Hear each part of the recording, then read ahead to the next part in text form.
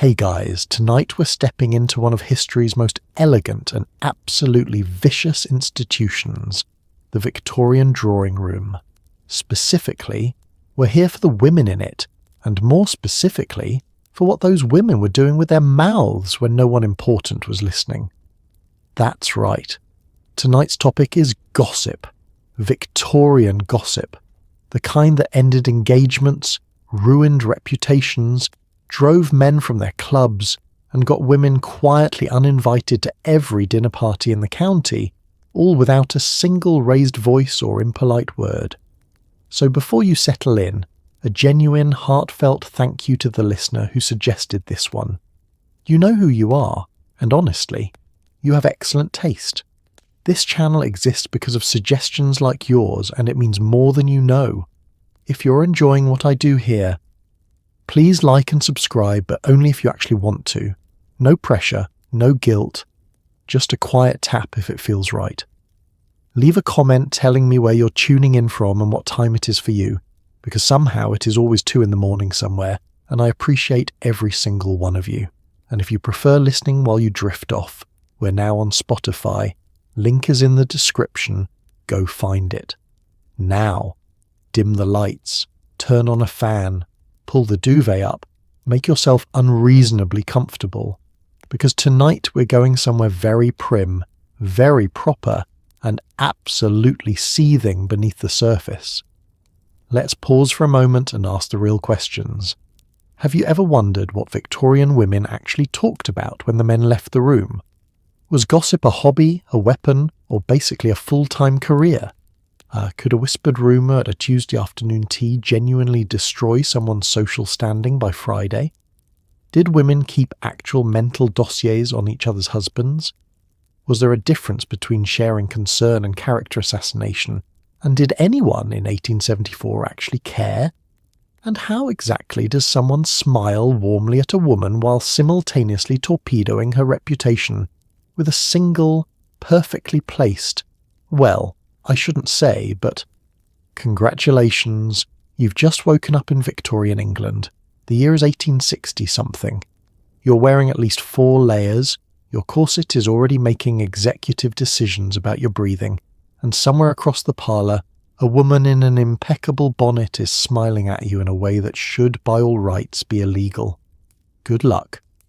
Let's talk about the setup. Because before you can understand Victorian gossip, you need to understand the arena it was played in, and that arena was suffocatingly, magnificently structured. Victorian social life wasn't casual. There were no impromptu dinner parties, no just dropping by, no texts saying you up. Everything, and I mean everything, operated according to rules so elaborate, so intricately layered, that navigating them successfully was essentially a full-time occupation, requiring years of training, nerves of steel, and a memory like a barrister's. Who called on whom first? Whether you left 1 card or 2. How long a visit could last before it became an imposition. Whether you were received or merely not at home, which crucially did not mean the person wasn't home. It meant they didn't want to see you, said with perfect courtesy, through a servant, while they were absolutely sitting 12 feet away behind a closed door. The hierarchy that underpinned all of this was rigid and detailed. Rank determined almost everything. Who initiated contact, who sat where at dinner, who was introduced to whom, and in what order. A woman of higher social standing was called upon first by a woman of lower standing, never the other way around. A new arrival to a neighbourhood was expected to call upon the established residents, not the other way around. A bride, after her wedding, called upon her acquaintances to announce her new status. Getting any of this backwards wasn't just awkward. It was a signal, clear to everyone watching, that you didn't know the rules. And not knowing the rules in Victorian England communicated something important about who you were and where you came from. Think of it like a multiplayer game where nobody gives you the instruction manual, the rules change slightly depending on which county you're in, and everyone pretends the game isn't happening while playing it with absolute seriousness. The penalty for breaking a rule wasn't a fine or a formal reprimand. It was simply that people noticed. They made a note. They mentioned it to someone else quietly, with a carefully neutral expression, and you never quite knew what had been said or by whom, only that certain doors seemed inexplicably slightly harder to open than they used to be. Women were the primary administrators of this system. While men were at work, at their clubs, in Parliament, in the fields, it was women who maintained the social infrastructure, who kept the visiting lists, tracked the obligations. I remembered who owed whom a call, and noticed when those obligations were met sloppily or not at all. This wasn't considered remarkable or particularly powerful. It was simply what women did. Managing social relationships was women's work, as surely as managing a household was women's work, and it was treated with roughly the same combination of expectation and condescension, essential to everyone's comfort, credited to no one. But here's what that meant in practice. Because women managed the network, women controlled the network, the information that flowed through it, who was rising, who was falling, whose marriage was stable, whose finances were not, moved through women, was shaped by women, was used by women. In a legal system that didn't allow women to vote, to hold most offices, to own property without their husband's consent, or to enter most professions, the social network was one of the very few instruments of genuine power available. And Victorian women, sharp, educated, often bored, and with quite a lot of time on their hands, used it accordingly. The drawing room, in other words, was not where women waited for life to happen. It was where women ran things, quietly, correctly, and with a smile so perfectly calibrated that you would never, not for a single moment, have guessed that anything was happening at all. Before a single word of gossip was exchanged, before anyone sat down to tea, before any damage could be done, there was the calling card, and do not underestimate it. A calling card was a small, elegantly printed rectangle of stiff paper bearing a woman's name, sometimes her address, occasionally a tasteful decorative border. It sounds harmless. It was not. The calling card system was the entire social infrastructure of middle and upper class Victorian womanhood, and the rules governing it were so precise, so loaded with implication, that getting it wrong could mark you as ignorant, presumptuous, or, worst of all, simply not the right sort of person. You bent the corner to indicate you'd delivered it in person. You sent it by servant to indicate rank. You left one card or two, depending on whether the husband was home. The wrong choice communicated volumes, none of them flattering. A married woman carried two types of card, her own and her husband's larger card, which she left on his behalf since he was, presumably, too busy being important to call on anyone himself. A widow used a slightly different format. An unmarried woman used yet another. The card's typeface, its size, its weight, the quality of the paper, all communicated social standing to anyone trained to read it, which was everyone.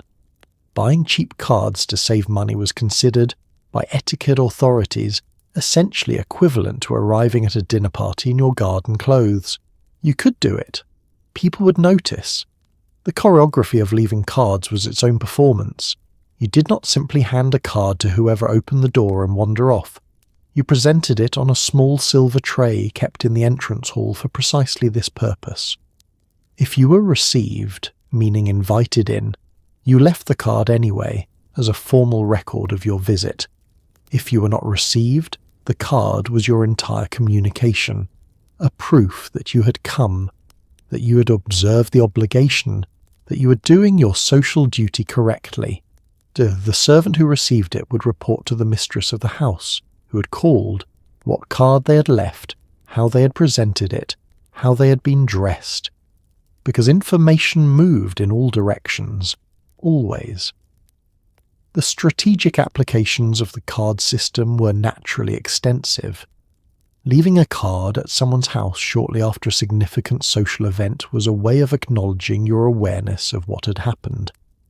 Conspicuously not leaving a card when etiquette required that you should was a communication in itself. Returning a call too slowly suggested coldness. Returning it too quickly suggested desperation.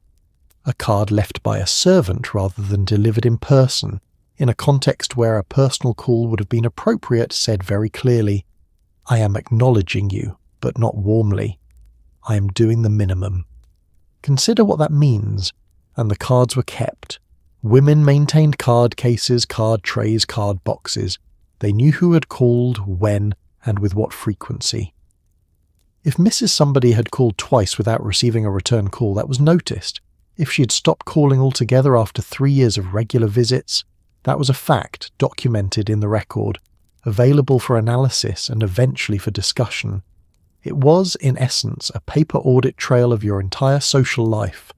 Every friendship, every alliance, every cooling and every warming, recorded in small rectangles of expensive cardstock, filed in silver trays in entrance halls across England.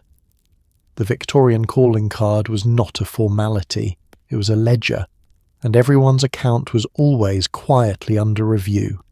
Imagine you've gathered your courage. I am put on your best visiting dress, told the carriage man where to go, and arrived at Mrs. Somebody's front door, and the butler, perfectly blank-faced, informs you that Mrs. Somebody is not at home. You nod. You leave your card. You climb back into the carriage. And here's the thing. You both know she's home. Everyone knows she's home. Her cook saw your carriage from the kitchen window. Her children are audible through the parlour wall. But this is Victorian England. And not at home isn't a lie. It's a social instrument, precise and devastating, designed to communicate exclusion without the indignity of saying so out loud. It was rejection wrapped in a bow, delivered with impeccable manners and absolutely zero mercy.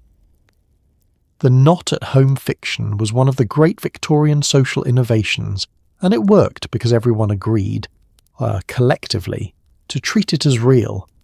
This required a certain shared commitment to the bit that honestly deserves some respect. You weren't being lied to.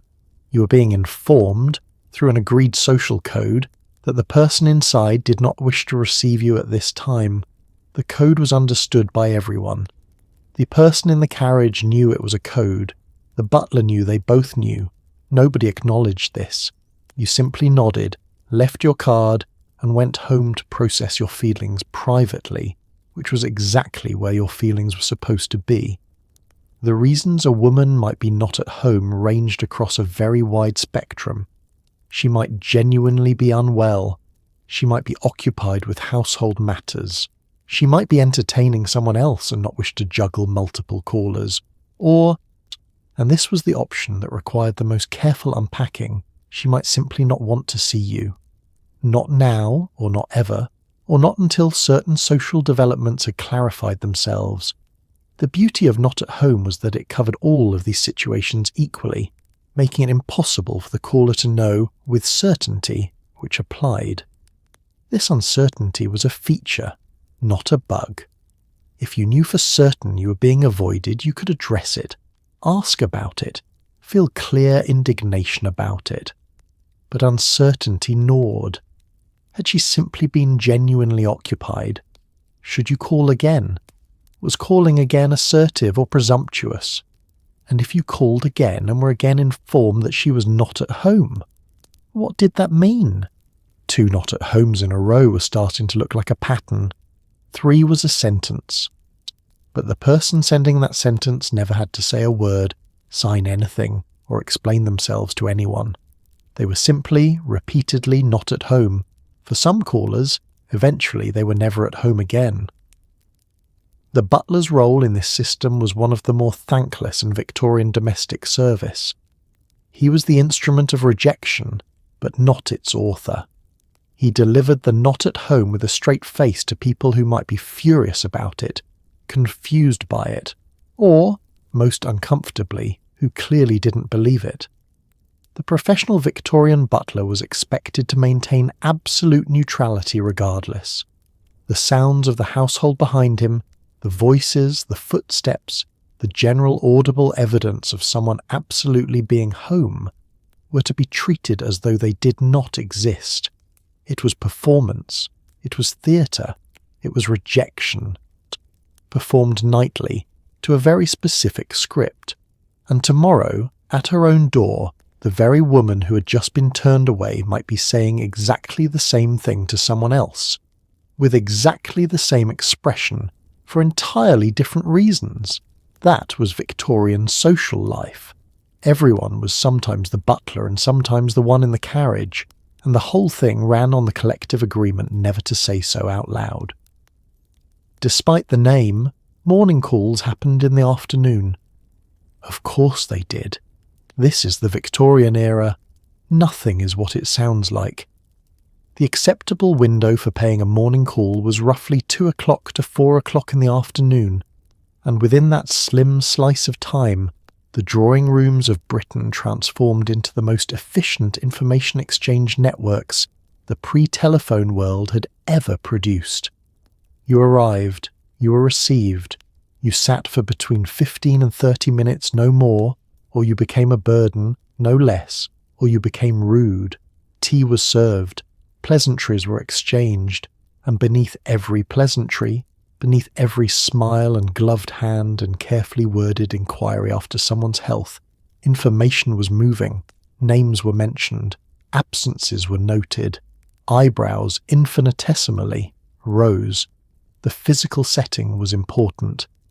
You sat in the drawing room, which was the room specifically designed and maintained for receiving visitors, not the private sitting room, not the breakfast room, not anywhere that felt genuinely domestic. The drawing room was a performance space. Everything in it, the furniture arrangement, the objects on display, the quality of the china the tea was served in, was communicating something about the household status and taste.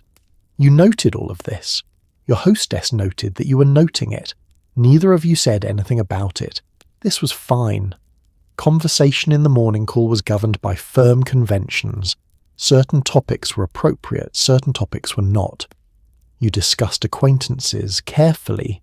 You discussed events selectively. You discussed household matters, the weather, recent publications, the health of various mutual connections. What you didn't do was discuss anything too directly personal, too politically charged, or too explicitly critical of anyone by name. What you did do, and this was the art of it, was communicate all of those things through careful management of what you said, what you didn't say, how long you paused before answering a question, and which subjects you chose to raise and which you allowed to drop. A morning call in which nothing happened was still a morning call in which a great deal had been communicated. You had seen who else called while you were there. You had observed how the hostess greeted them relative to how she had greeted you. You had noted the cards in the tray in the hall on your way in, who had called recently, who had called frequently. You had watched where the conversation went when a particular name came up, and you had absorbed from the quality of the silence that followed certain remarks, volumes of information that would keep you productively occupied for the rest of the day. Then you went home, made your own calls, and the information moved on. By the time the 2 to 4 window closed and the drawing rooms of Britain settled back into their private afternoon routines, 1,000 small transactions had been completed, 1,000 small intelligence reports had been filed, and the social picture of an entire city had been updated in ways that no newspaper, no official record, and certainly no man who had spent the afternoon at his club had any access to whatsoever. The morning call was where Victorian women did their real work. It was brief, it was polite, it was absolutely relentless, and it ran like clockwork, every day, all season long. If you think modern people are subtle, wait until you meet a Victorian woman with a fan. Because Victorian women, particularly in formal social settings, developed an entire secondary communication system using fans that allowed them to convey messages, signal emotions, and yes, absolutely trade gossip, all while appearing to simply be managing the ambient temperature of the room. Fanning slowly meant I am married, and you're wasting your time. Fanning quickly meant I am engaged. Holding the fan open with the left hand in front of the face meant come talk to me. Dropping the fan meant we are friends. And drawing it across the cheek, that depending on your source either meant I love you or I find you deeply tedious, a distinction that mattered enormously to the recipient. The fan itself was not a trivial object. A well-made Victorian fan was a piece of craftsmanship. Ivory or bone sticks, silk or paper leaves, hand-painted or embroidered, sometimes jewelled, often monogrammed. And it was an accessory that cost real money and was chosen with care to complement a specific dress or occasion. Women carried fans to balls, to the opera, to afternoon visits in warm weather, and to any social occasion formal enough to require one. Which meant that at precisely the events where the most significant social transactions were occurring, the events where the most people were gathered and the most was at stake, women had a physical prop in their hands specifically designed to augment their communication options. Think about that for a moment. You're at a ball. There are 200 people in the room. Your husband is 30 feet away in conversation with someone. Across the room, your closest friend is talking to a woman you both find enormously suspicious. You cannot shout. You cannot cross the room without purpose. You cannot write a note. But you can, with a single gesture, fan held at a specific angle, moved in a specific direction, communicate something to your friend, in plain sight of every person in the room, that nobody else can read. It is the original encrypted messaging. It required no technology whatsoever. It required only that everyone in your network knew the code, and that everyone outside it did not. The fan code also served a more immediately social function during the ball itself, where much of the conversational action happened in brief exchanges between dances. A woman standing with her fan open at a specific angle sent signals about her availability and receptiveness that allowed the social choreography of the evening to proceed more efficiently. Who she faced, how she held herself, what she did with the fan during a conversation, all of this fed information into the room's ongoing collective understanding of who was interested in who was snubbing whom, and which developing social situations warranted monitoring.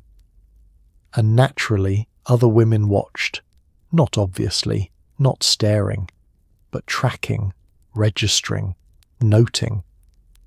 What Mrs. H had done with her fan at the moment Lord S passed by, what expression she had had on her face behind it, whether she had opened it fully or held it slightly closed, and what the distinction might mean. The fan language added another layer to an already densely layered communication environment. By the end of an evening, a skilled observer had processed hundreds of small visual signals, cross-referenced them with what she already knew, and updated her understanding of the room considerably. Saw all while dancing beautifully and discussing the weather. Here's something the Victorians figured out centuries before Silicon Valley. The fastest way to spread information is through a network of highly motivated, socially embedded individuals with strong personal incentive to keep the chain moving. In other words, women at tea. Victorian whisper networks were extraordinarily efficient. A piece of information, say, that a certain Miss H had been seen walking unaccompanied with a gentleman not her fiancé, could leave a drawing room in Mayfair on a Tuesday afternoon and arrive, slightly embellished, in a Kensington parlour by Wednesday morning, having passed through 3 separate households and gained several vivid details along the way that were not strictly supported by the original sighting. The network operated on a node and connection model that any modern software engineer would recognize immediately. Certain women functioned as high-traffic nodes. They received many calls, made many calls, attended many events, and were considered reliable enough that information passed through them was treated as credible. These women didn't necessarily set out to become information hubs. They simply had large social circles, good memories, and an understanding, conscious or not, that being known as well-informed made you socially valuable. People called on you. People told you things. The more you knew, the more people wanted to tell you things, which meant you knew more, which meant more people called. It was a self-reinforcing system that rewarded the well-connected for being well-connected. As information moved along established social ties and also, crucially, along bridge connections. The individual who knew people in two separate social circles and carried information between them. The woman who moved between a fashionable set in one neighbourhood and a county family set in another was invaluable as an information conduit, because she could carry gossip that would otherwise never cross that social distance. She was the person who connected the two halves of the network, and she generally knew it, and she was careful about how she used the position.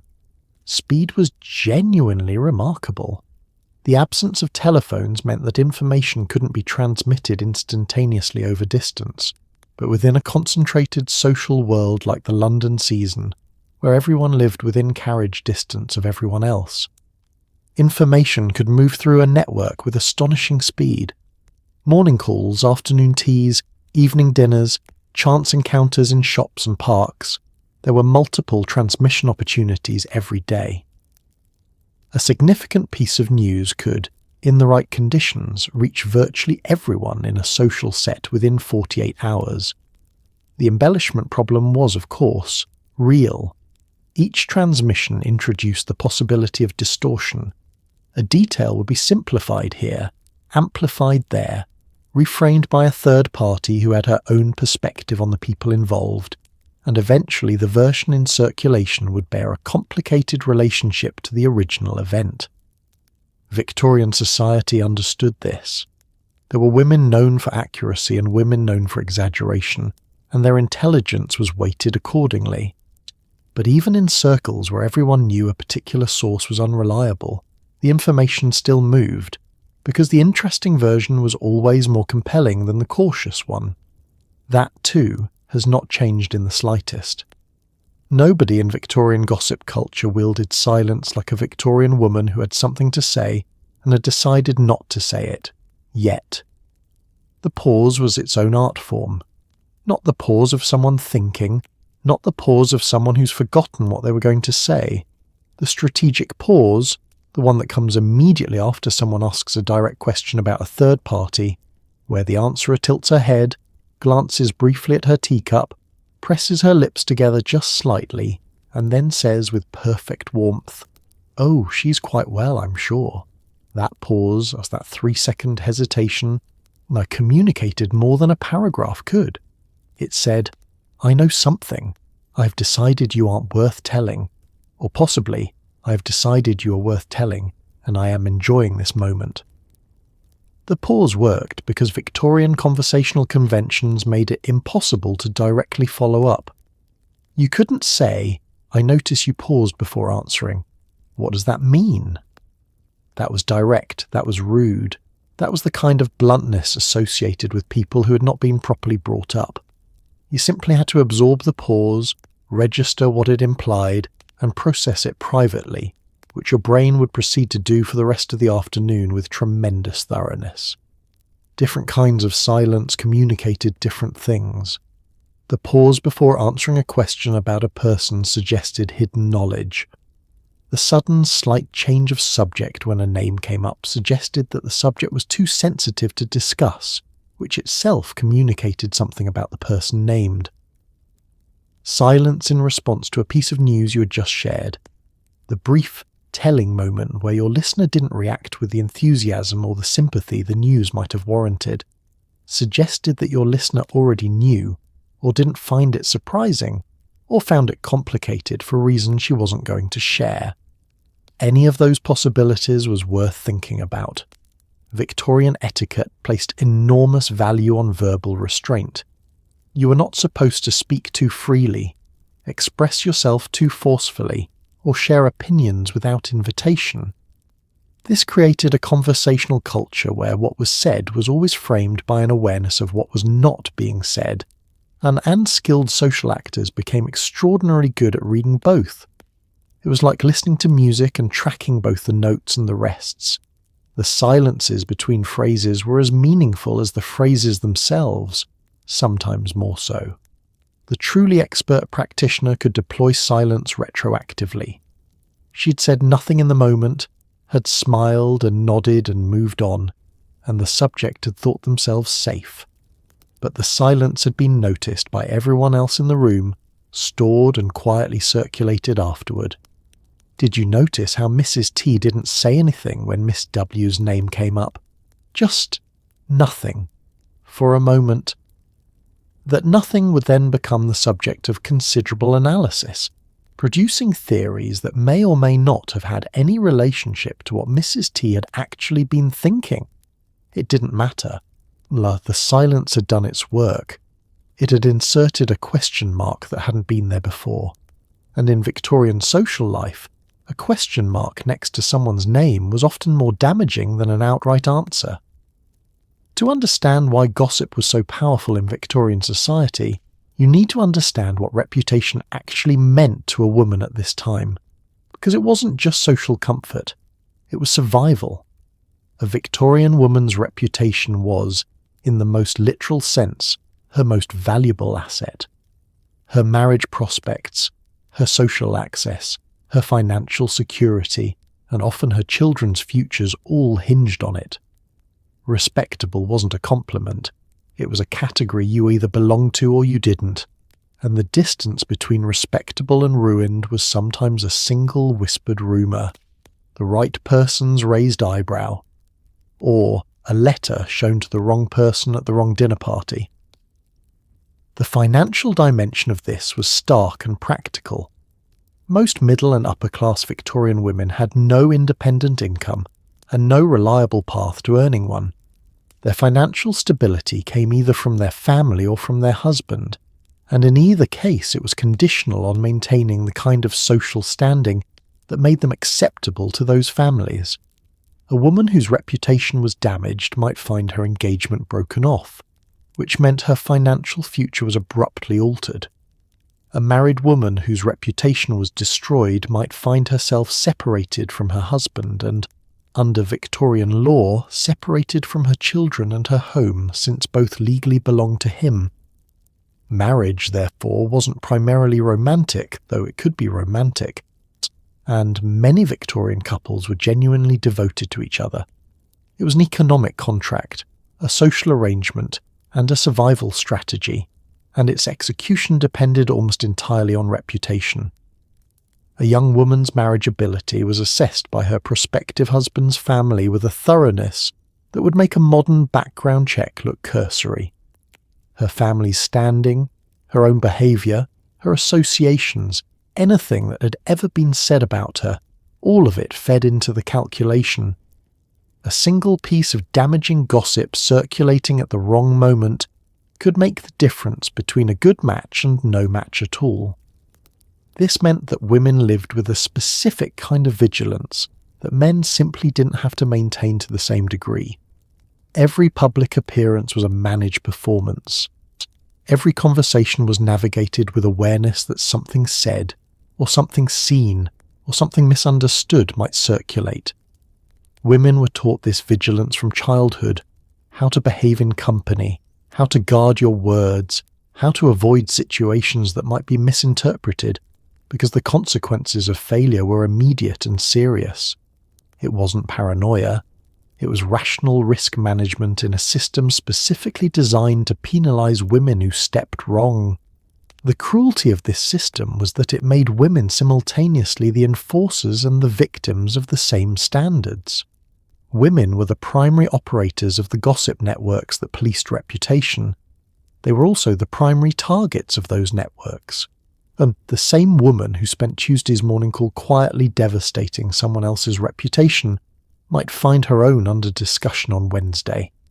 There was no clean position to occupy. You were always both inside the system and subject to it, wielding it and vulnerable to it. And the best you could hope for was to be better at it than the people who might turn it against you. Before you start imagining gossip as an entirely spoken medium, let me introduce you to the Victorian letter, which was, in the right hands, a weapon of extraordinary range and devastating precision. Victorian women wrote constantly. Letters were the social medium of the age. They were written in the morning, delivered the same afternoon, replied to by evening, and kept, sometimes for decades, in ribbon-tied bundles that could, at any moment, be reread, shared, or quoted, which meant that a cleverly written letter could do things a drawing-room conversation couldn't. It could travel, it could be forwarded, it could be left accidentally on a writing table where a husband might see it, and unlike a spoken word, it could be produced as evidence. The volume of letter writing in Victorian upper and middle-class life was extraordinary by modern standards. It was not unusual for a socially active woman to write and receive a dozen or more letters in a single day during the season. Letters confirmed visits, declined invitations, relayed news, maintained friendships across distances, and served as the primary means by which social information moved between people who couldn't physically call on each other. They were also expected to be well written, grammatically correct, elegantly phrased, appropriately warm or cool in tone depending on the relationship, and absolutely never hasty or careless. A sloppily written letter communicated something about your education, your composure, and your regard for the recipient. None of those communications were good. The gossip letter was a specific subgenre of this vast epistolary output, and it operated according to its own conventions. You didn't write gossip the way you said it. You were more careful on paper, more hedged, more qualified, more apparently reluctant. I am sure it is nothing, but I thought you ought to know was a reliable opener. I would not repeat this to anyone else, but given our long friendship was another. These framings served two purposes. They protected the writer by establishing that she was reluctant, that she was sharing out of care for the recipient, that she was not a gossip but merely a concerned friend, and they elevated the significance of what followed. Information shared reluctantly by a reliable person is always more credible than information shared freely by an enthusiast. The letter also allowed for a kind of precision in phrasing that real-time conversation didn't always permit. You could draft, revise, and choose your words with care. You could say something devastatingly specific in language so apparently neutral that the recipient would struggle to point to any individual sentence as objectionable, while the cumulative effect of the letter as a whole was unmistakable. Victorian women who were good at this, and many were very good at this, could compose letters that were, on their surface, expressions of warm concern, and that were, in total, surgical strikes. That the art was in the assembly, each sentence individually innocent, the full sequence lethal. And then there were the letters that were kept and produced at the wrong moment. The letter in which a woman had expressed a private opinion that she would not have wanted shared. The letter that had been written in anger and sent before better judgment prevailed. The affectionate letter between two people whose relationship had since become adversarial, now read in a new and unflattering light. Victorian correspondence was a permanent record of your interior life, and the Victorian gossip network knew exactly what to do with permanent records. Afternoon tea, that great Victorian institution of small sandwiches, tiered cake stands and milky Earl Grey, was not in fact primarily about the food. The food was the alibi. Afternoon tea was a formalised social ritual that gave women regular, legitimate, repeated access to each other in domestic settings, away from the formal constraints of the evening dinner party and the brevity of the morning call. It was, in short, the ideal environment for the sustained exchange of social intelligence. You sat together for an hour or more, you refilled each other's cups, you passed the biscuits, and you talked. But talked is doing very light work here. What you actually did was construct, deconstruct, and reconstruct the social landscape of your shared world, one carefully modulated observation at a time. Afternoon tea as a regular social ritual is generally credited to Anna, the 7th Duchess of Bedford, is who in the 1840s began requesting a small meal in the late afternoon to address what she called a sinking feeling, the long gap between lunch and the fashionably late Victorian dinner. She began inviting friends to join her. The practice spread. By the second half of the 19th century, afternoon tea was a fully institutionalised social event, particularly among women of the middle and upper classes, with its own rules about timing, table setting, dress and conduct. It had, in other words, been formalised, which meant it now had the social weight of an institution, and the social weight of an institution meant people took it seriously, prepared for it, and used it purposefully. The physical intimacy of the tea table was significant. You were seated close together in a domestic room rather than a formal reception space. The scale was smaller than a dinner party, which meant conversation was more focused and harder to exit gracefully. You couldn't wander away to look at a painting or drift toward another group. You sat with your companions and you talked, and the conversation moved where it moved. In this environment, a skilled conversationalist had considerably more influence over the direction of discussion than she might at a large gathering, and the information exchanged was often considerably more specific. Tea was also a weekly or even daily occurrence for many Victorian women, not a special event. This regularity gave the gossip network its rhythm. Information gathered at Monday's call could be shared at Tuesday's tea, followed up at Wednesday's afternoon visit, confirmed or contradicted at Thursday's tea, and fully synthesized into established social knowledge by the weekend. The serial nature of it meant that you built, gradually across multiple small interactions, a detailed and updated picture of everything happening in your social world. It was less like a news bulletin and more like a running conversation that never quite stopped, simply paused overnight and resumed each afternoon over the same reliable cups of tea. The food, meanwhile, sat there being charming and providing a natural conversational rhythm.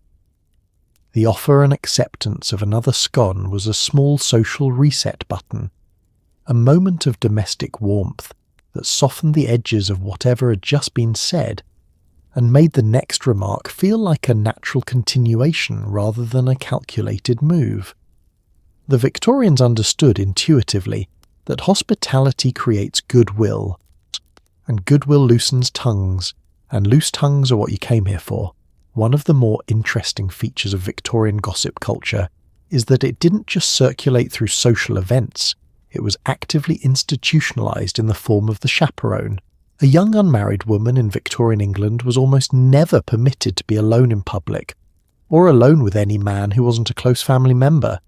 She required a chaperone, an older woman, usually a relative, whose official function was to protect her charge's virtue, and, in doing so, her reputation. The unofficial function? Well, the chaperone was present for every interaction.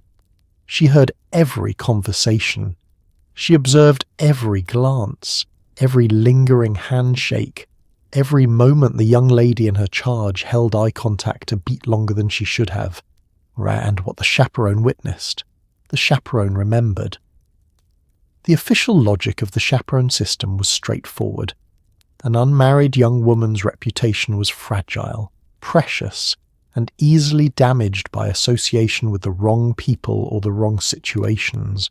Left unsupervised, she might make choices that would compromise her prospects, deliberately or simply through inexperience.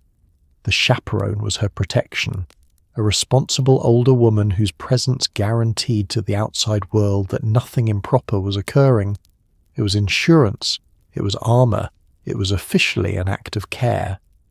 What it was in practice was a surveillance system of remarkable thoroughness. The chaperone accompanied her charge to balls, to morning calls, to afternoon teas, to the opera, to the park, to the shops. She sat within earshot of conversations with eligible gentlemen. She observed every dance partner, every exchanged note, every moment of extended laughter. She was in effect a professional witness, and the information she gathered did not stay with her. It flowed back into the network, to the girl's mother. to the mother's friends, to the friends of those friends. Because the chaperone's job was not merely to prevent scandal, it was to report on what she had seen to the people who needed to know, which was, depending on the circumstances, quite a lot of people. Think of it as the world's least comfortable internship. You are 18 years old.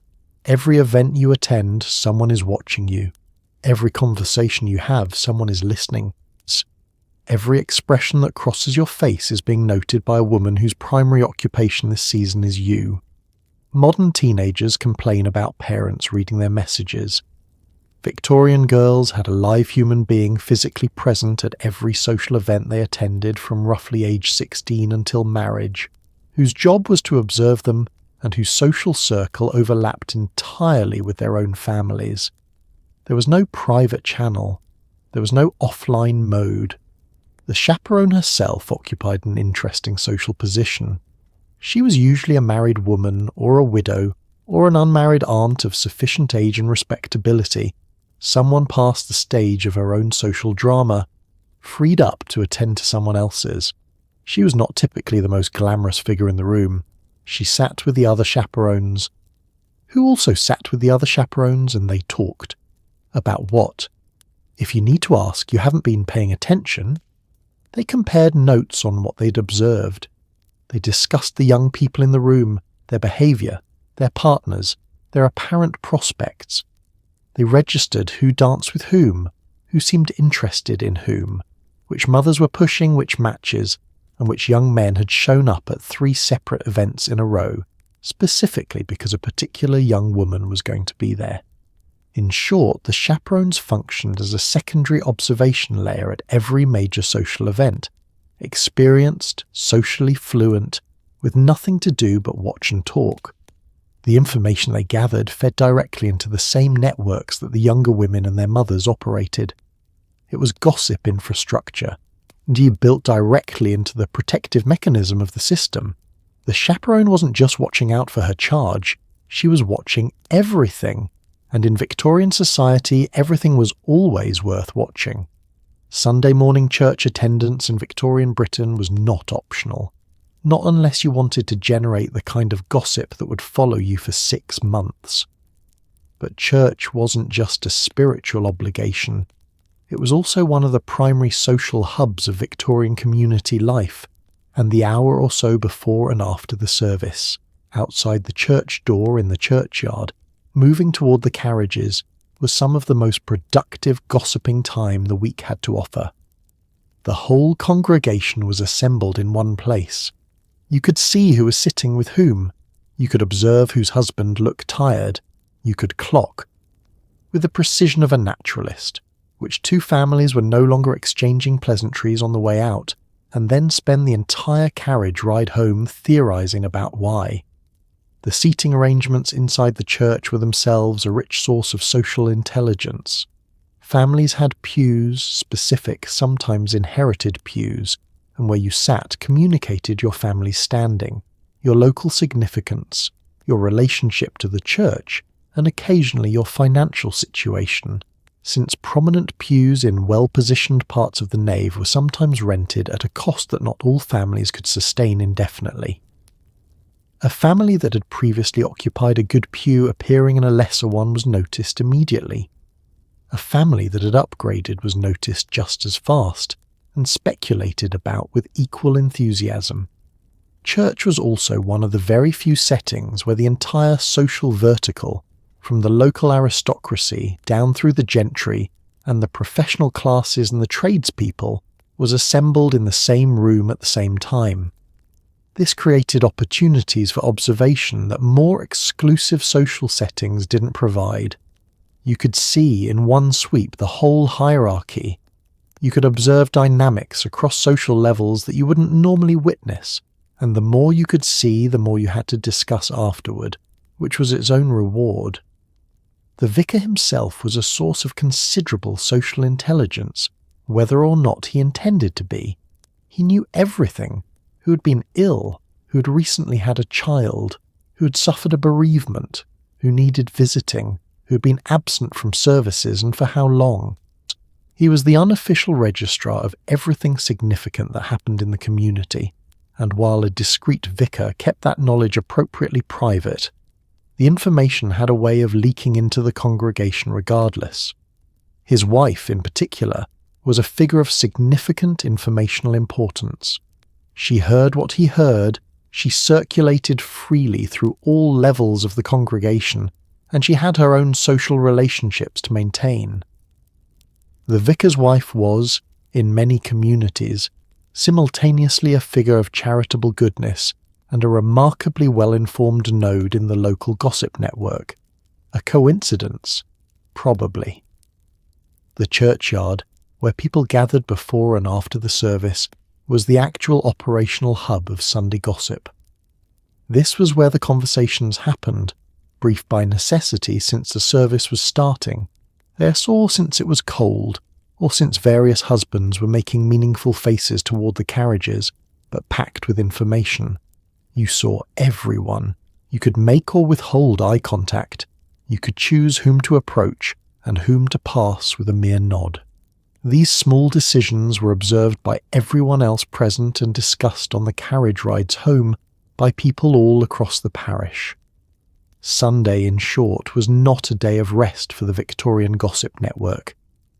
It was a weekly all-hands meeting held outdoors, with better hats than usual, and God theoretically in attendance, which didn't appear to slow anybody down.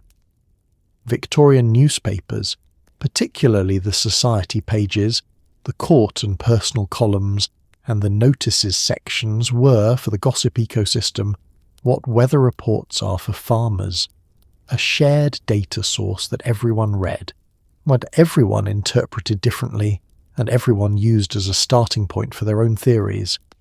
The announcement of an engagement, a notice of a family's departure for the continent, a name appearing in the court circular, or conspicuously not appearing where it had previously appeared.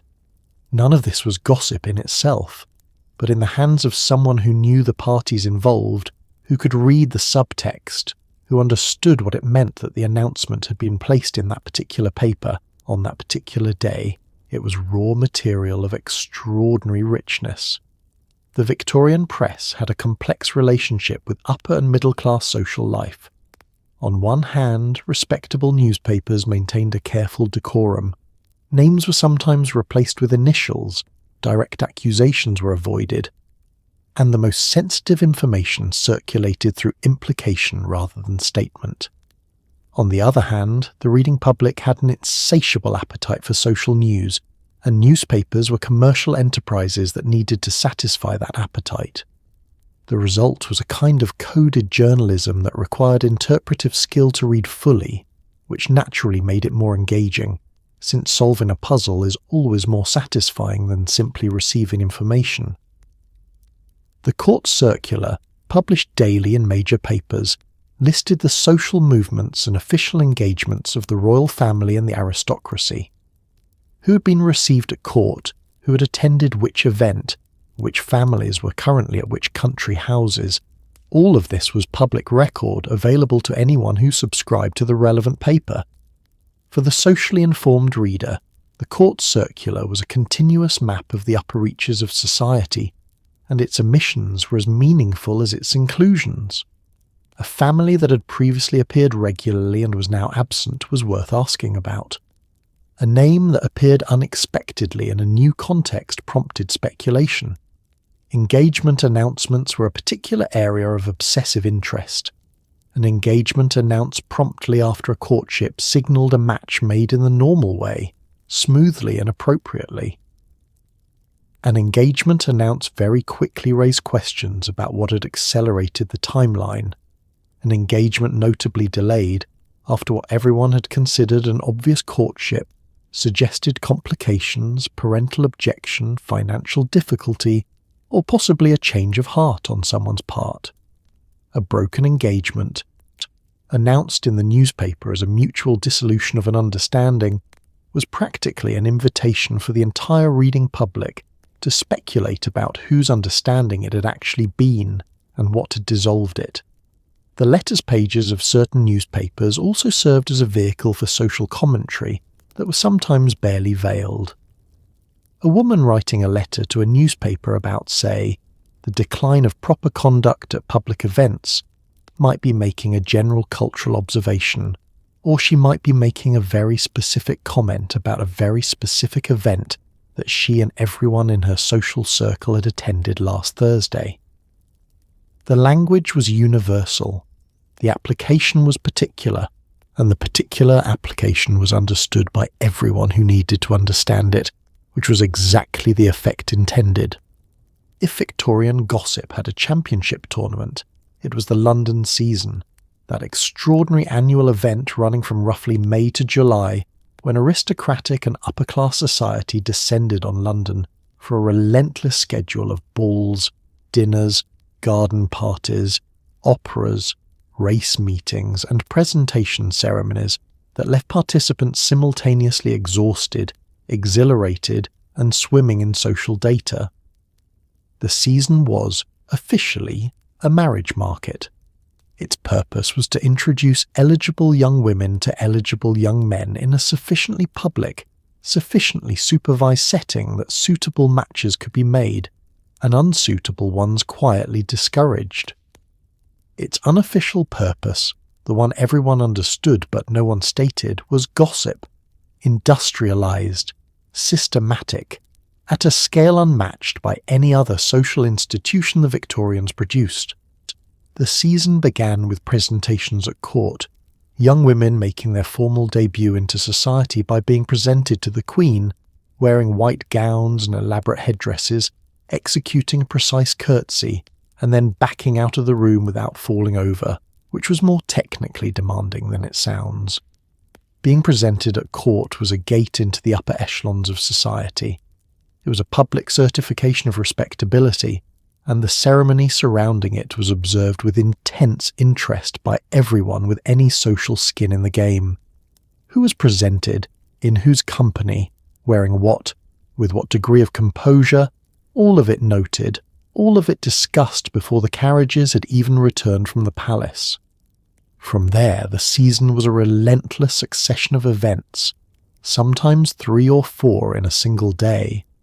A morning ride in Hyde Park, public, social, observed, an afternoon call or 2, an evening dinner, then perhaps a ball that ran until 3 in the morning, followed by the carriage home in the grey early light, exhausted but having just spent 5 hours in a room with everyone who mattered. Then up again at a reasonable hour to begin the whole thing again. This schedule was maintained for weeks at a stretch, and the sheer volume of social events meant that the information generated was enormous. You saw the same people repeatedly in different contexts, which allowed you to build composite pictures of them that a single meeting could never provide. The concentrated geography of the season was essential to its function. Everyone was in London. Everyone was within carriage distance of everyone else. And everyone was attending the same events. This meant that information didn't have to travel far to reach its entire target audience. A development observed at Monday's dinner would be known to essentially everyone of consequence by Wednesday's ball. There were no pockets of the network that were far away or out of the loop. The season compressed the gossip network into a small physical space and ran it at maximum intensity for 2 months. It was a pressure cooker. Reputations made here would hold for years. Reputations broken here might never recover. The end of the season, when society dispersed back to country houses and continental travels, was its own significant social event. Who left with whom? Where they were going? What it meant that a certain family was suddenly departing 3 weeks earlier than usual. Nay, all of this generated a final burst of speculation before the network spread back out across the country, carrying everything it had gathered in London out into the quieter social world of the autumn and winter. The season was over. The material it had produced would keep everyone productively occupied until the next one. In almost every upper and upper-middle-class Victorian household, there existed a figure who occupied one of the strangest social positions in British history, the governess, too educated and refined to eat with the servants. too employed and dependent to dine with the family. She existed in a sort of liminal social space, present in the schoolroom, occasionally present in the drawing room, observed and half ignored at family meals. Yeah, and this ambiguous position made her simultaneously invisible and extraordinarily well-informed. She heard conversations that paused when a servant entered but didn't pause for her. She observed family dynamics at close range, year after year. She knew which children cried at night, which parents argued at breakfast, and which callers were received and which were turned away, and why. The governess's position in Victorian society was genuinely peculiar. She was typically a gentlewoman, educated from a respectable family, speaking correctly and behaving with propriety, who had found herself in need of employment, usually due to a family financial reversal.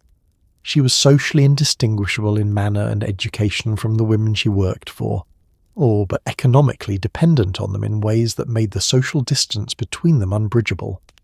This created an atmosphere of considerable awkwardness, which most Victorian households resolved by treating the governess as a kind of social ghost, present, occasionally visible, but not quite part of the scene. People talked in front of her as though she weren't there, because acknowledging that she was there and that she could hear everything would have required a reckoning with her social position that most families preferred to avoid. The things a governess witnessed in a year of employment in a single household were extraordinary. She was present during the family's private hours, the times when the social performance was relaxed, when people were less careful, when real dynamics showed through the surface. She watched the marriage. She observed how the husband and wife spoke to each other when they weren't performing marital harmony for guests. She saw which days were tense and which were easy, which topics caused the atmosphere in the room to change, which names made the mistress of the house fall briefly silent before continuing with the lesson. She also watched the household's social life from a slightly elevated vantage point. When callers came, the governess might be present in the drawing room, seated to one side, apparently occupied with the children's needlework. She heard what was said.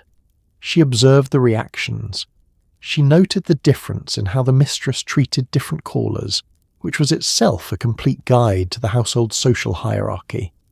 Who was welcomed warmly, who was received with careful correctness, who caused the mistress's expression to shift slightly into the mode that meant this visit was an obligation rather than a pleasure. And governesses talked to each other, in parks with the children, in church, through correspondence with friends in other households. The governess network was its own quiet information stream, carrying intelligence about families that the families themselves would have been horrified to know was circulating. The irony was immaculate. The Victorian family, so determined to maintain its private dignity before the world, had installed a professional observer in its own home and then behaved as though she couldn't see. She could see everything. She simply had the good sense and the professional necessity to be very careful about who she told. In Victorian social warfare, most weapons were designed for precision. The whispered confidence, the strategic pause, the letter left visible, these were scalpels. But there existed one weapon so blunt, so total, and so publicly devastating that deploying it was considered almost extreme: the cut. To cut someone in Victorian social parlance was to look directly at a person you knew in a public setting and show no sign of recognition whatsoever. Not a nod, not a half smile, nothing. You looked through them as though they did not exist. And because everyone present knew you knew each other, because you had been seen at the same dinners, the same balls, the same church for years, the cut was not subtle.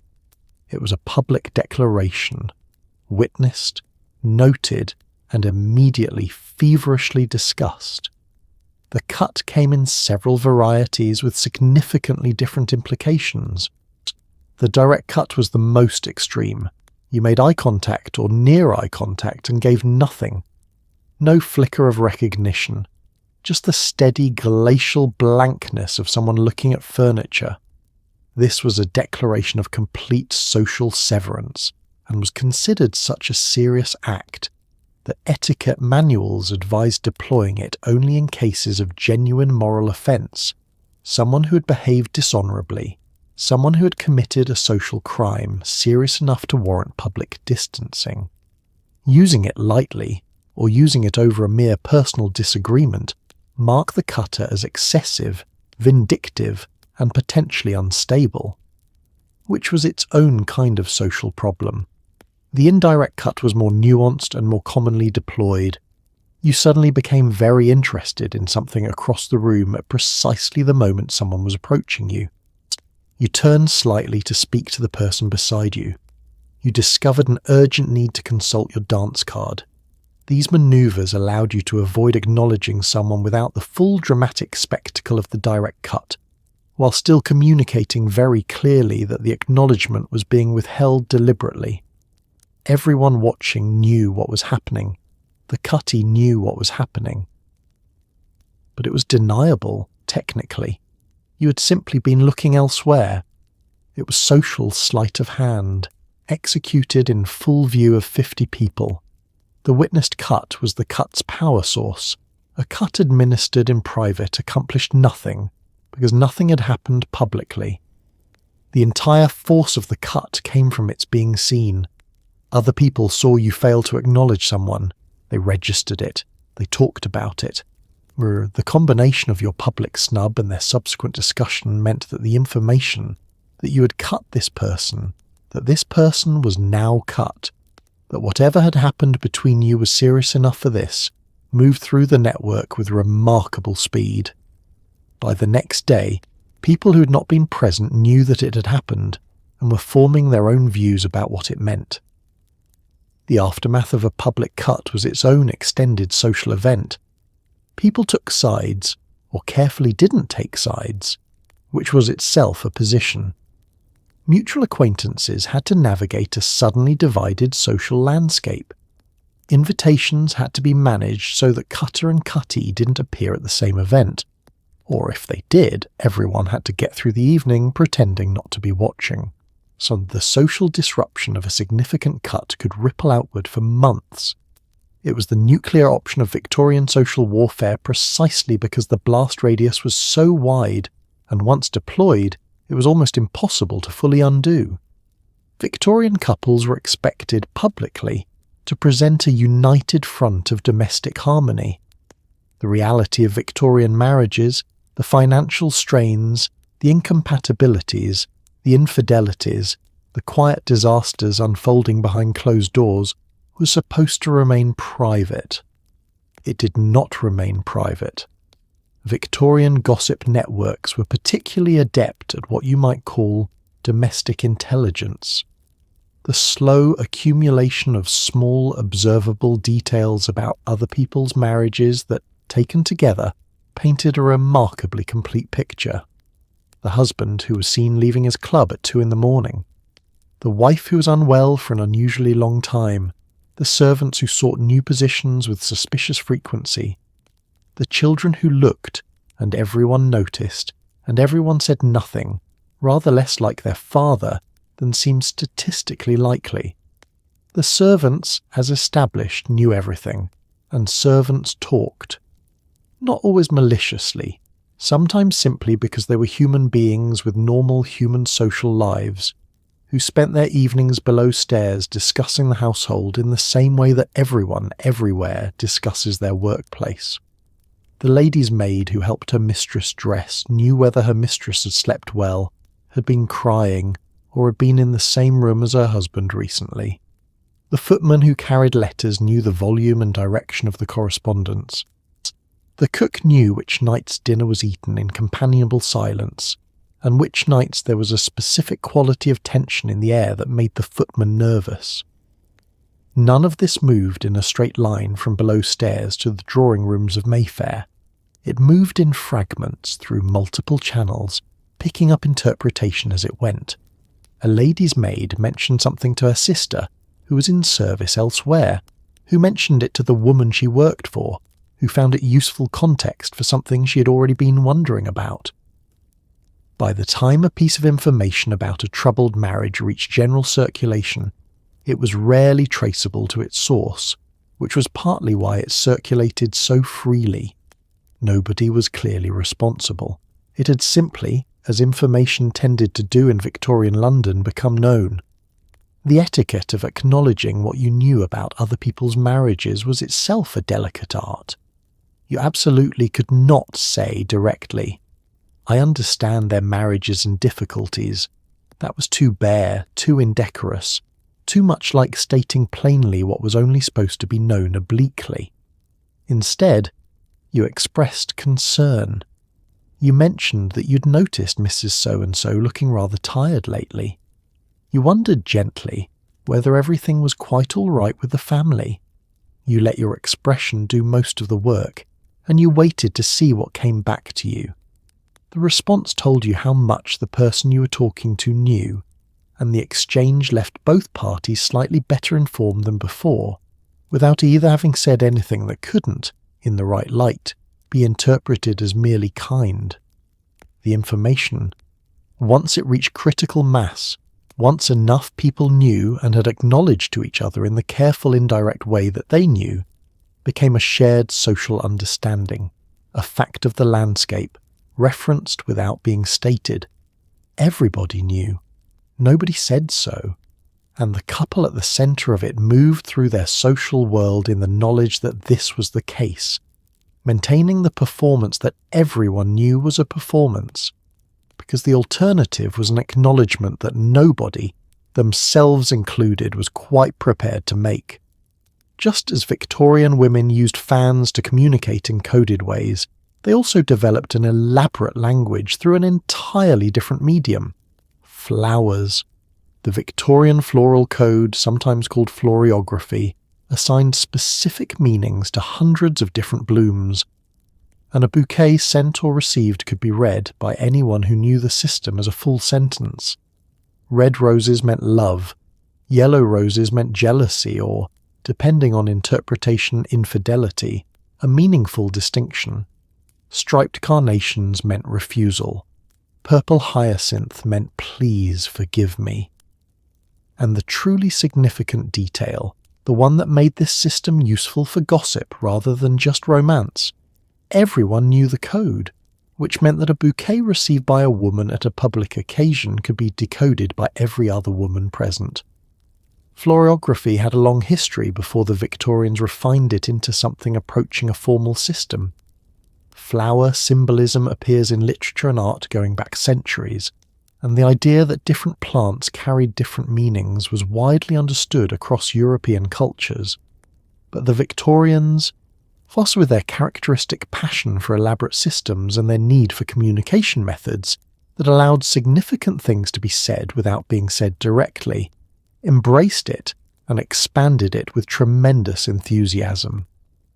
Books were published explaining the meanings of different flowers. Young women studied them. Gentlemen consulted them when composing bouquets. Florists were, in practice, inadvertent message couriers who sometimes had no idea what they were delivering.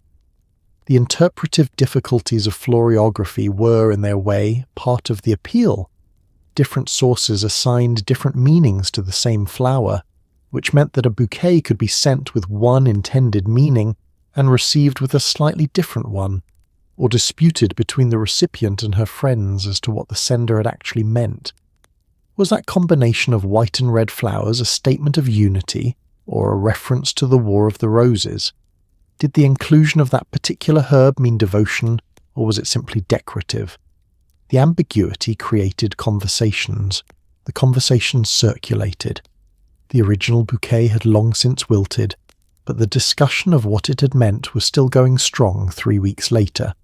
Flowers sent to a woman at a public event, a ball, a concert, a reception, were particularly rich in social significance because they were public. Everyone could see them.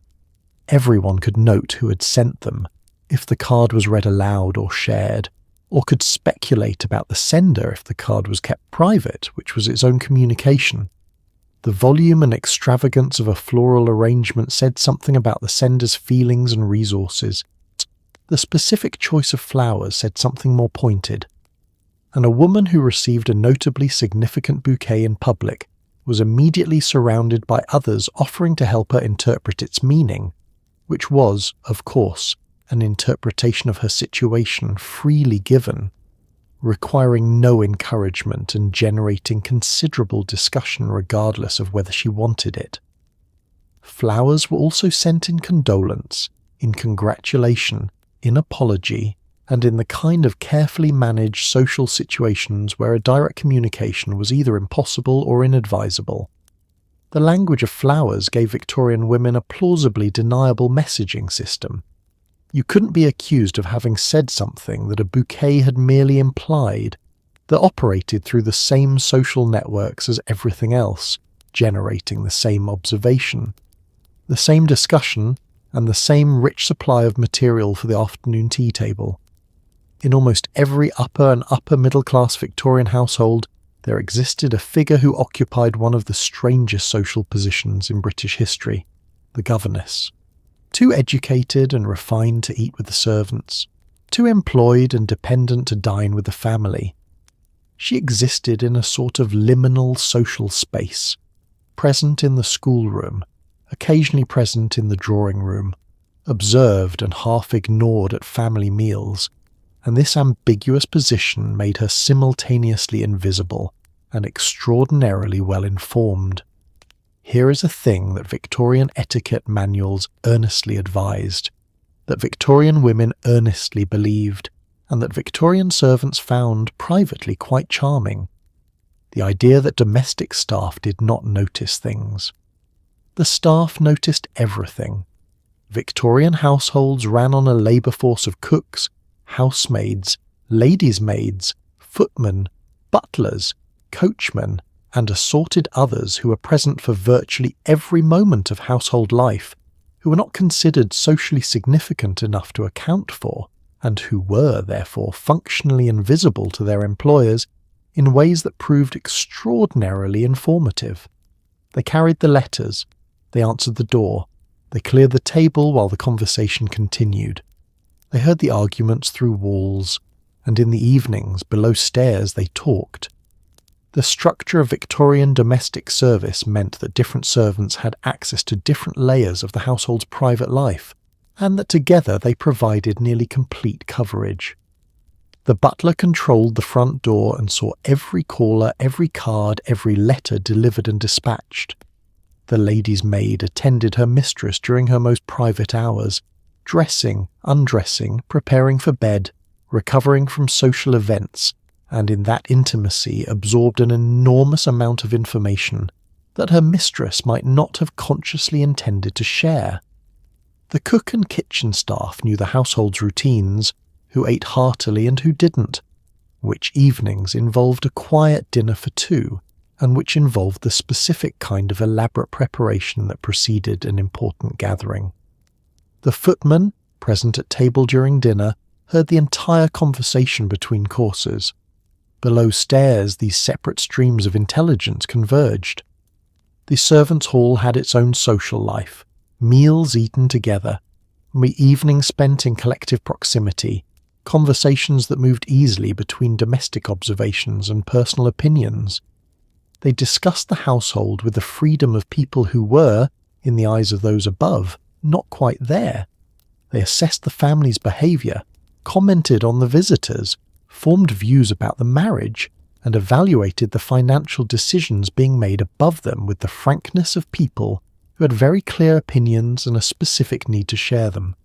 This was not malice. It was human beings doing what human beings do, processing their environment through conversation. The information didn't stay below stairs. Servants had their own social networks, acquaintances in other households, family connections across the city, encounters in markets and parks and Sunday church. A lady's maid who attended her mistress at a social event was physically present in the building where the event was happening, waiting with other ladies' maids, and those women talked. They were from different households, with different employers, and they each knew different things, and in the time spent waiting for their mistresses, They exchanged what they knew with precisely the lack of restraint that the women upstairs maintained the appearance of. The information that emerged from these exchanges and then flowed back into individual households, and from there into the wider network, was sometimes strikingly accurate and sometimes considerably embellished, but it moved freely and it moved fast. The truly extraordinary thing was that none of this was secret. Everyone with domestic staff knew, in theory, that domestic staff talked. Victorian etiquette manuals addressed it, Victorian novelists wrote about it, Victorian employers fretted about it, and then they went home and had completely unguarded conversations in front of the footman, because the footman was just the footman, and surely he wasn't listening that carefully. He was, in fact, listening extremely carefully. He had been listening all along. It would be unfair and slightly too convenient to frame Victorian gossip purely as malice. Some of it was malice, absolutely. But some of it was something more complicated, a form of community moral regulation in a society with very limited formal mechanisms for enforcing social norms, particularly where women were concerned. Victorian women had virtually no legal power. They could not vote. Many could not own property. They could not enter most professions. The formal institutions of law, church and government were run by men and largely for men. But informal social networks, the whisper networks, the morning call circuits, the letter chains, operated outside those formal structures and were controlled largely by women. And those networks could, and did, function as a kind of social court. The logic was straightforward, if uncomfortable to examine too directly. If a man behaved badly toward a woman, if he broke a promise of marriage without good cause, if he treated a dependent female relative poorly, if he was known to be indebted in ways that made him a dangerous prospect, the formal legal system offered women very little recourse. She couldn't sue him effectively. She couldn't take out a notice in the newspaper accusing him by name. She couldn't, in most cases, or do anything official at all. What she could do was talk to people, and the people she talked to could talk to other people, and the information, once it entered the network, would spread until the man in question found that a series of doors had quietly closed against him, that invitations had slowed, that certain families were no longer available to receive him, that the drawing rooms where eligible young women were to be met had become, somehow, consistently difficult to access. This wasn't justice in any formal sense. It was informal social pressure applied through a distributed network, and it was imprecise, prone to error, capable of targeting the innocent as readily as the guilty, and entirely without due process. But in a world where formal justice was largely unavailable to women and their dependents, it was something. It was the available tool, and Victorian women, pragmatic by necessity, used the available tools. The community function of gossip extended to warning as well as punishing. A young woman about to be introduced to a man with a known history of financial irresponsibility, or worse, needed that information, and the formal social introduction process was not going to provide it. Her mother needed it. Her family friends needed it. The information moved through the network because people who had it understood that not sharing it might leave someone vulnerable, and that sharing it was therefore a kind of protection. Whether the sharing was purely protective or also entertaining was a question Victorian society didn't particularly need to resolve. The outcome was the same. The information moved. The warning was given. The network, as imperfect and ungoverned as it was, performed a function that nothing else was performing. That it was also enjoyable to perform was considered charitably beside the point. Modern people think they invented the backhanded compliment. They did not.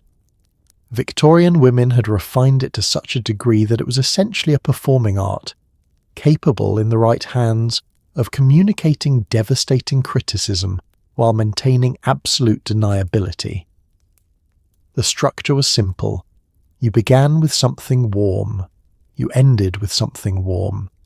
You placed the knife in the middle, wrapped in so many layers of silk phrasing that the recipient was often not entirely certain, until later, sometimes much later, that they had been insulted at all. She looks remarkably well, doesn't she, for her age? He's done very well for himself, all things considered. It's such a comfort that she's found someone so understanding. Each of these sentences, delivered with a sincere expression, communicated something quite different from its surface meaning, and everyone in the room knew it, including eventually the subject. The mechanics of the Victorian backhanded compliment were more sophisticated than they first appeared. The key ingredient was the qualifying phrase, those small additions that appeared to soften or contextualize the compliment but actually detonated it. For her age implied that looking well was a surprise requiring explanation. All things considered implied that the things to be considered included significant disadvantages that everyone present was aware of. So understanding implied that the husband in question needed to be understanding about something specific, and that the speaker knew what that something was. The compliment was the vehicle, the qualification was the payload, and the genius of it was that the payload was delivered so gently, so apparently incidentally, that challenging it directly was nearly impossible without appearing oversensitive. This was the other essential feature, deniability. If the target of a backhanded compliment objected, she could be met with genuine seeming bewilderment. But I meant it entirely as a compliment. She does look wonderfully well. The objector was now in the position of having to explain exactly why she found a compliment offensive, which required her to articulate the implied subtext, which required her to say out loud the thing that had only been implied, which made her look as though she was the one raising the unpleasant subject. It was a trap with no clean exit. The only correct response to a backhanded compliment was to receive it with a gracious smile and spend the carriage ride home dissecting it with murderous precision. Victorian women applied the backhanded compliment to virtually every area of life with remarkable versatility. Appearances naturally were a primary target. Comments about dress, figure, complexion, and age that were framed as admiration but functioned as inventory. Marriages were another rich area. Compliments about a couple's happiness that contained, embedded within them, suggestions about why that happiness might be surprising or hard-won. Social achievements, a good match made, a house newly acquired, a position newly attained, were particularly productive territory. Since the very fact of achievement implied a prior state of not having achieved, which could always be referenced obliquely in the process of congratulating someone on having now overcome it. Children were not exempt. The Victorian social compliment about another woman's child, she's so lively, isn't she? So full of energy, was a masterpiece of weaponized warmth that communicated something quite specific about the child's behavior, while appearing to admire it. He has such a strong personality was another reliable entry in the canon. And you must be so proud delivered at the right moment with the right intonation could mean its exact opposite so completely that everyone in the room would understand it as such, while the words themselves remained, technically, a statement of genuine congratulation. The Victorian backhanded compliment was not an insult. It was a compliment. It just happened to leave marks. Short of the formal cut, the most socially significant punishment available to Victorian women was the quiet removal of a name from the visiting list. This required no confrontation, no explanation, no unpleasant scene. You simply stopped calling. You didn't reply to cards. Your invitations didn't include the offending party. Over the course of weeks and months, a woman could find herself quietly, methodically excluded from the social world she had previously inhabited, without a single direct word being said to her face. It was exile by administrative means. And because the visiting list operated as a cascade, because being dropped by one significant woman often triggered drops from others, it had a compound effect. One door closed quietly, then 2, then 6. The visiting list itself was a physical document, a list maintained by the mistress of the household of the women she called upon and expected to be called upon by. It was updated regularly to reflect the current state of social relationships, new additions when acquaintances became friends, quiet deletions when relationships cooled. The management of this list was considered a normal part of household social administration, as routine and as consequential as the household accounts. Who was on it determined who appeared in your drawing room, who received your invitations, and who was part of your social world in any meaningful sense. Being dropped was something you discovered gradually, which was part of what made it so psychologically effective. The first missed call might be coincidence. The second might be attributed to busyness, illness, a particularly demanding season. The third began to suggest a pattern. By the time the pattern was undeniable, by the time you understood that the calls had genuinely stopped, that your cards were not being returned, that your name had not appeared on an invitation list you would previously have been included on, a significant amount of time had passed during which you had been processing uncertainty rather than receiving a clear answer. The ambiguity was not accidental. It was the method. The cascade effect was what made social Siberia truly devastating. Victorian social networks were organised around clusters of interconnected women, groups of friends and acquaintances whose social lives overlapped substantially, and who called upon each other, invited each other, and appeared at the same events. If a significant woman at the centre of such a cluster withdrew from another woman, the women connected to her noticed. They adjusted. Some followed her lead because they trusted her judgment or feared association with someone she had evidently found problematic. Others drifted away more passively, simply because the social occasions that had previously included both of them now didn't. A few might maintain the connection privately, but even they would be cautious about being seen to do so publicly. The experience of social Siberia from the inside was described by Victorian novelists with considerable accuracy. A growing chill, a series of small disappointments, a gathering awareness that something had changed without anyone having said so. You attended fewer events. Your circle contracted. The morning calls that had previously filled your afternoons thinned to a trickle. You were not ruined. That word implied a specific moral catastrophe. You were simply, inexorably, less present in the social world than you had been, and in a society where social presence was everything, where your standing, your connections, and your access all flowed from it. Being less present was a form of erasure, quiet, gradual, impeccably polite, and almost entirely irreversible without the intervention of someone powerful enough to rehabilitate you, which required, of course, finding such a person and persuading them, which was its own considerable challenge. Victorian England developed, particularly in the second half of the 19th century, an increasingly voracious popular press that was more than happy to do, at scale, what individual gossip networks did in drawing rooms with considerably less tact and considerably more reach. Society scandals, particularly those involving the upper classes, were consumed by a reading public that found them irresistible. Divorce cases were reported in sensational detail. Criminal trials involving gentlemen were followed obsessively. And while the names of the directly involved parties sometimes appeared in print only as initials, or as a certain lady of quality, anyone in the relevant social circles knew exactly who was being discussed. The combination of press coverage and private whisper network was particularly lethal. Victorian divorce law created some of the most spectacular public scandals of the era, partly because divorce itself was sufficiently rare and socially significant that any case attracted intense attention, and partly because divorce proceedings, being legal proceedings, were public record.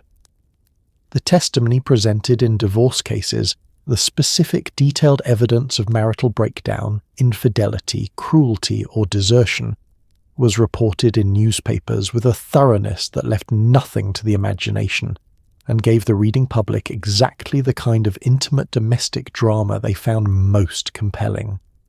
The parties involved had no control over this. Their private lives became, quite literally, public record, available to anyone with a penny for a newspaper, discussed over breakfast tables across the country, by people who had never met them and never would. The press also developed, during this period, a category of society journalism that occupied an interesting middle ground between respectable reportage and outright gossip. Columns with titles like Society Notes or Among Our Friends reported on the movements and activities of fashionable society with a breathless enthusiasm that barely concealed its essentially gossipy nature. Who had been seen at which event? Which notable families were currently in town? What had been worn at a significant gathering?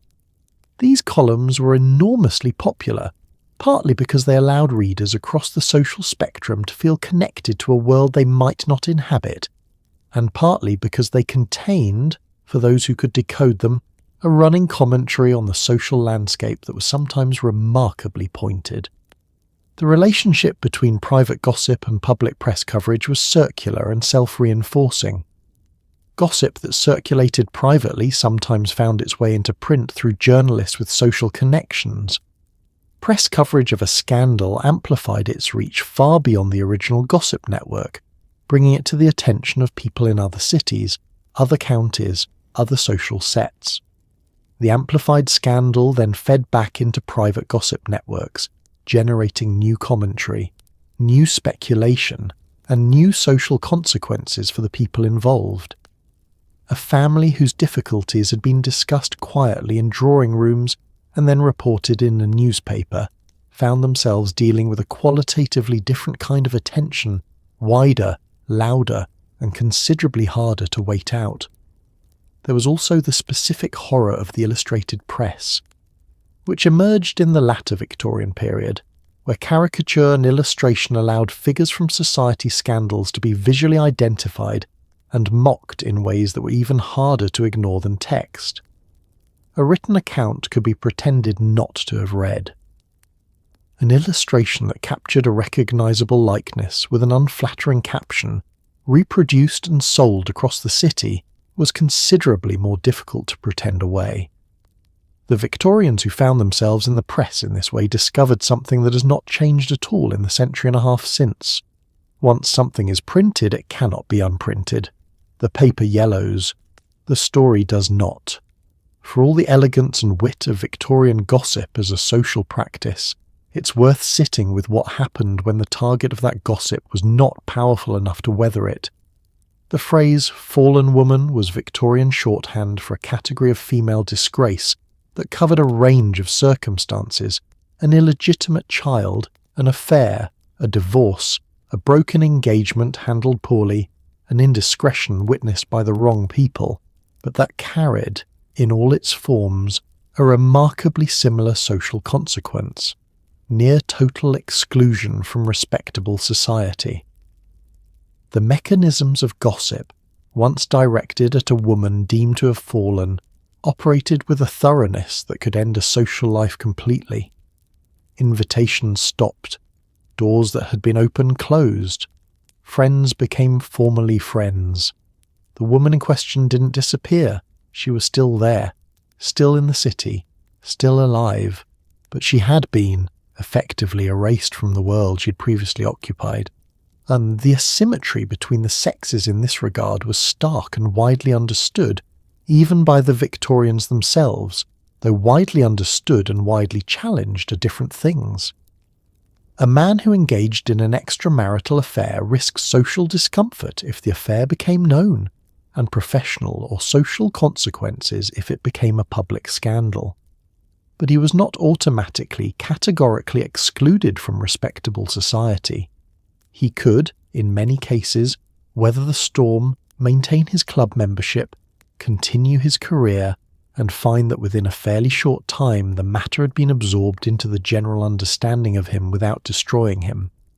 His wife, if she was the wronged party, often fared considerably worse socially than he did, and the woman with whom he'd conducted the affair fared worst of all. The fallen woman had essentially no recourse within the system that had condemned her. The gossip network that had destroyed her reputation was the same network through which she would need to work any rehabilitation, and the women who controlled that network had strong incentives, both moral and practical, to maintain the distinction between respectable and not respectable with considerable vigour. To rehabilitate a fallen woman was to blur a line that served everyone else's interest to keep sharp. It was also, practically speaking, a social risk for the person doing the rehabilitating. Association with someone disgraced reflected, at least slightly, on the associator, and most women had their own reputations to protect. The fates of women in this position varied according to their resources and social connections.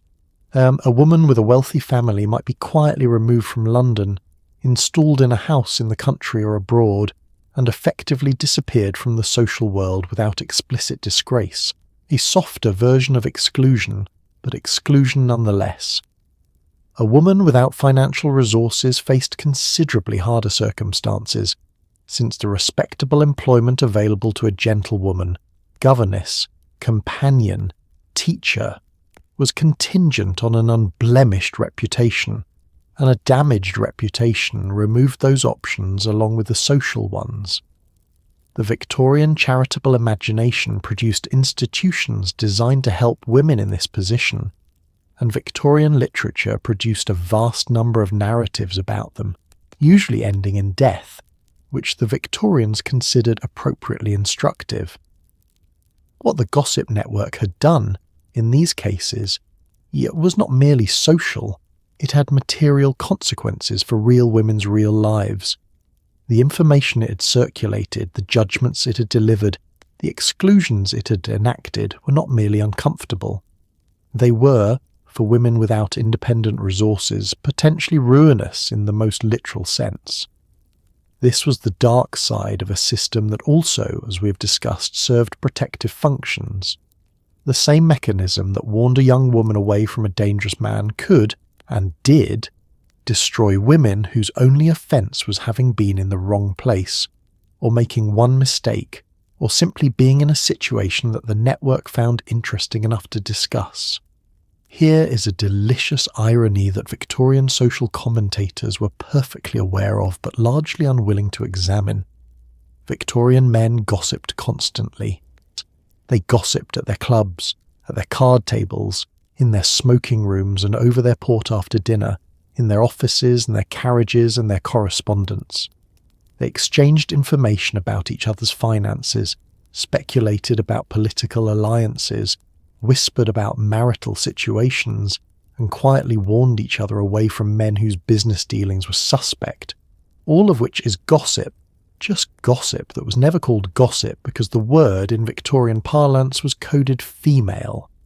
A woman who traded social intelligence was a gossip, implying something small and petty and untrustworthy. A man who did the same thing was simply keeping himself informed. The gentleman's club was, in its essential function, a gossip institution. This is not a cynical reading. It was, in practice, a place where men of similar social standing gathered, ate and drank together, read the newspapers, and talked. What did they talk about? Each other. Politics, certainly. But politics in the Victorian era was thoroughly personal. Who was rising? Who was falling? Whose position was weakening? Whose patron was losing influence? Financial matters, which in an era before widespread public company reporting required personal intelligence networks to navigate with any reliability. Social matters, who had just made an unexpected marriage, whose son had embarrassed the family, whose wife was said to be causing difficulties. All of it moved through the club as freely as it moved through the drawing room, with the critical difference that nobody called it gossip. The vocabulary available to men for this activity was entirely different from the vocabulary applied to women doing the same thing. Men exchanged intelligence. They kept each other informed. They discussed affairs of mutual interest. They were well connected, well informed, socially aware. A man who didn't know what was happening in his social world was considered oddly isolated, perhaps unworldly. A woman who knew exactly what was happening in her social world was a gossip. The same behaviour, assessed through entirely different lenses, producing entirely different social judgments in a pattern so consistent and so thoroughly unremarked upon that it might as well have been a law of nature. The double standard had practical consequences beyond mere labelling. Because women's social information sharing was categorised as gossip, trivial, unreliable, morally suspect, it was systematically discounted in ways that men's information sharing was not. A warning passed through female networks about a man's financial unreliability or questionable character was likely to be treated as potentially malicious, probably exaggerated and not quite credible in the way that the same warning delivered by one gentleman to another overport would be. The female network was, in other words, doing the same work but receiving less institutional credit for it, which meant its outputs were taken less seriously even when they were demonstrably correct. What Victorian men appeared not to fully appreciate was that the female gossip networks were, by virtually any measure, more comprehensive and better maintained than their own.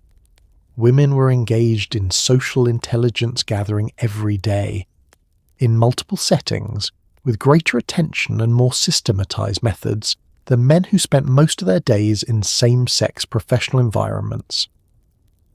The morning call circuit alone generated more social intelligence in a week than a month of club dinners. But because the women doing it were women doing gossip, and the men doing it were men keeping informed, the relative value assigned to each was inverted from the reality. The Victorians were wrong about many things. This was one of them. If afternoon tea was efficient gossip and the morning call was targeted gossip, the Victorian ball was gossip at full operatic scale, hours long, maximally public, attended by everyone who mattered in your social world, and structured in ways that generated enormous quantities of observable data. Who danced with whom, and how many times? Because twice was noticed and 3 times was basically a public announcement. Who was absent and why? Which couples stood together easily and which stood together stiffly? Who had a new dress, and who was wearing last season's gown, presumably because there had been financial trouble? Who was dancing and who was sitting against the wall with the expressions of people waiting to go home?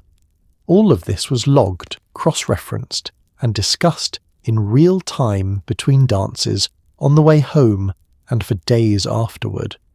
The Victorian ball was governed by rituals as precise as any other social institution of the era. The dance card was the central document, a small card on which a young woman recorded in advance who had secured each dance of the evening. A full card meant she was in demand, and specific patterns on the card communicated specific things. A gentleman who had secured 2 dances was understood to have serious intentions. Securing 3 was so significant that it would be discussed at every breakfast table in the neighbourhood the following morning.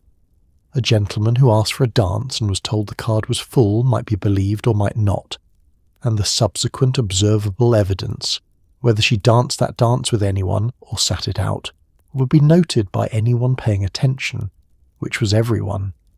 The floor itself was a stage, and the audience was attentive. People who were not dancing, the chaperones, the older guests, the people resting between sets, sat at the edges of the room and watched.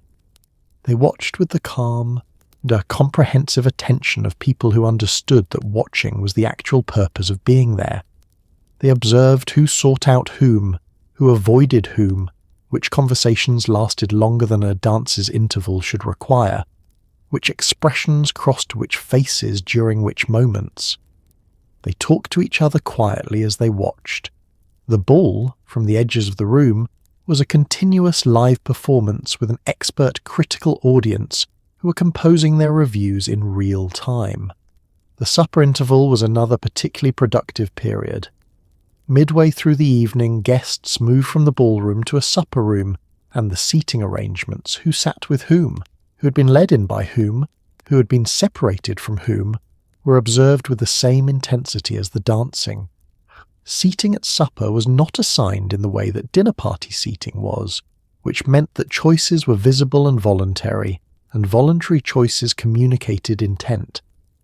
A gentleman who manoeuvred to sit beside a particular young woman at supper when he'd already danced twice with her had, in the understanding of every person present, declared something. The declaration would be discussed for the remainder of the evening, and well into the following week. Afterward, in carriages going home through the dark London streets, the evening was dissected with tremendous thoroughness. What had been seen, what it meant, what would probably happen next. The ball had generated hours of raw material, and the processing of that material would continue through the next day's morning calls, the afternoon teas, the letters written before breakfast. The dancing was the occasion. The conversation it produced was the point. Perhaps the most reliably effective deployment tool in Victorian gossip culture was the strategic confidence, the piece of information shared with a specific individual in a context of apparent intimacy and trust, explicitly framed as secret that was intended by the sharer to move. I really shouldn't say this, and please don't repeat it, but is one of those sentence structures that has remained essentially unchanged across 200 years because it works. It creates a sense of privileged access. It flatters the recipient.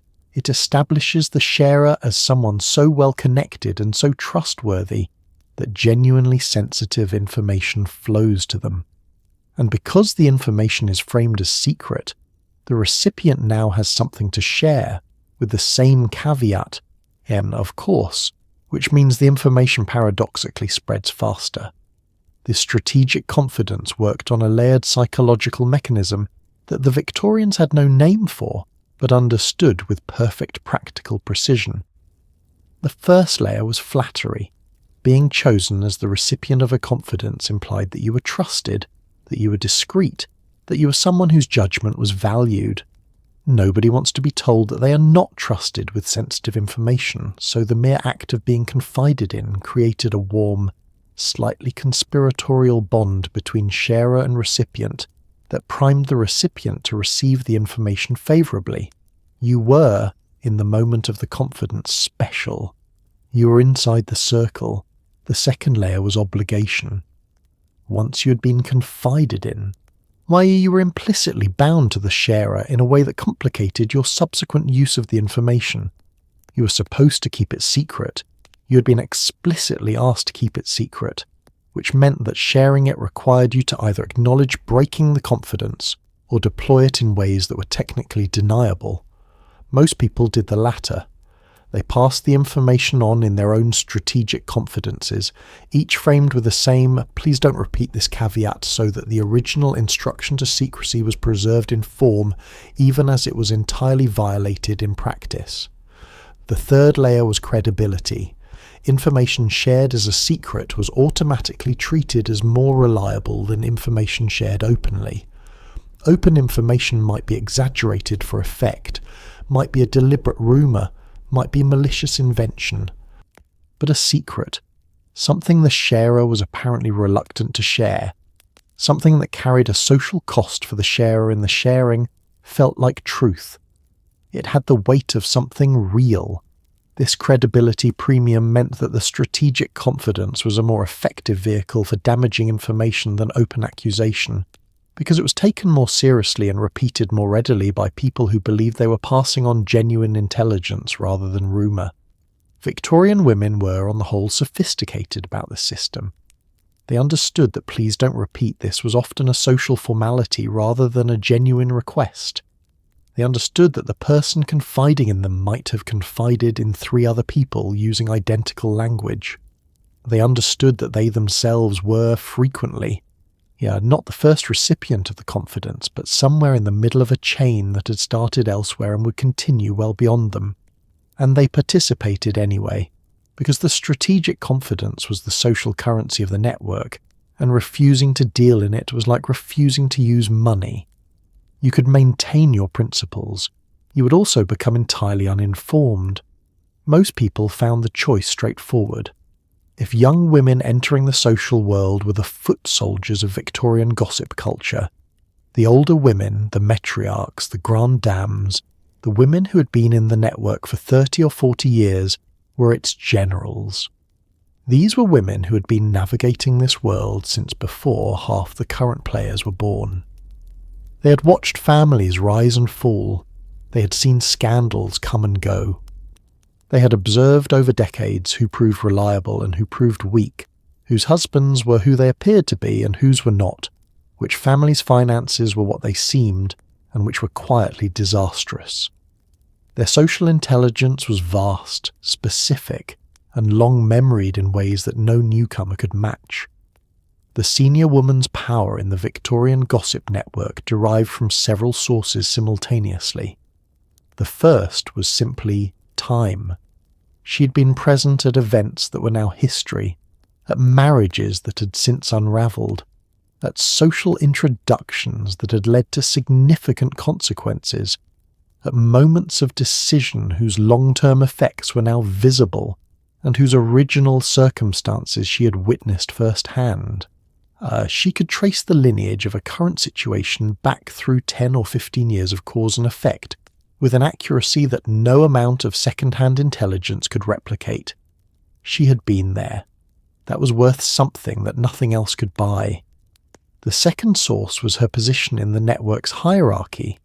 A senior woman of significant social standing was a high-value node, someone whose social endorsement carried real weight, whose presence at an event elevated it, whose opinion of a person or a family was taken seriously precisely because she had been in a position to form well-grounded opinions for decades. Her approval opened doors. Her disapproval closed them. A young woman newly arrived in society who secured the good opinion of the right grande dame had effectively been granted a social credential that would smooth her path considerably. A young woman who somehow antagonized such a figure found that path considerably less smooth, and that the obstruction was difficult to attribute to any single cause. The third source was the particular freedom that age granted in a culture that otherwise demanded constant self-restraint. A Victorian woman of advanced years and established social position could say things that a younger woman could not. She could be more direct, more pointed, more willing to deliver an opinion without the multiple layers of softening that etiquette required of less established figures. Her bluntness, when she chose to deploy it, was attributed to the frankness of age and experience rather than to poor breeding or malicious intent. She could, in short, say what everyone else was thinking and get away with it, which made her both useful and formidable.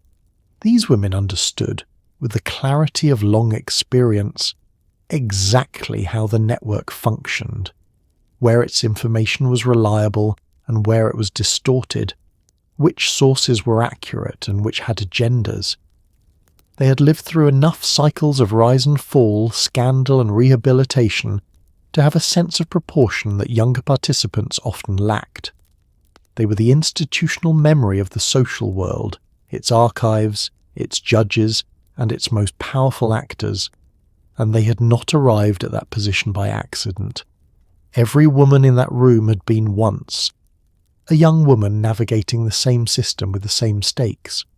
She had simply been better at it than most. By the latter half of the Victorian period, a growing number of women, particularly those associated with the early feminist and reform movements, began to turn a critical eye on the gossip culture they had grown up in and ask, quite publicly, whether it was actually good for women. It was a complicated question. On one hand, gossip networks had given women social power in a world that denied them formal power, the ability to influence, to warn, to protect, to regulate, in informal ways, a social world they could not shape legally or politically.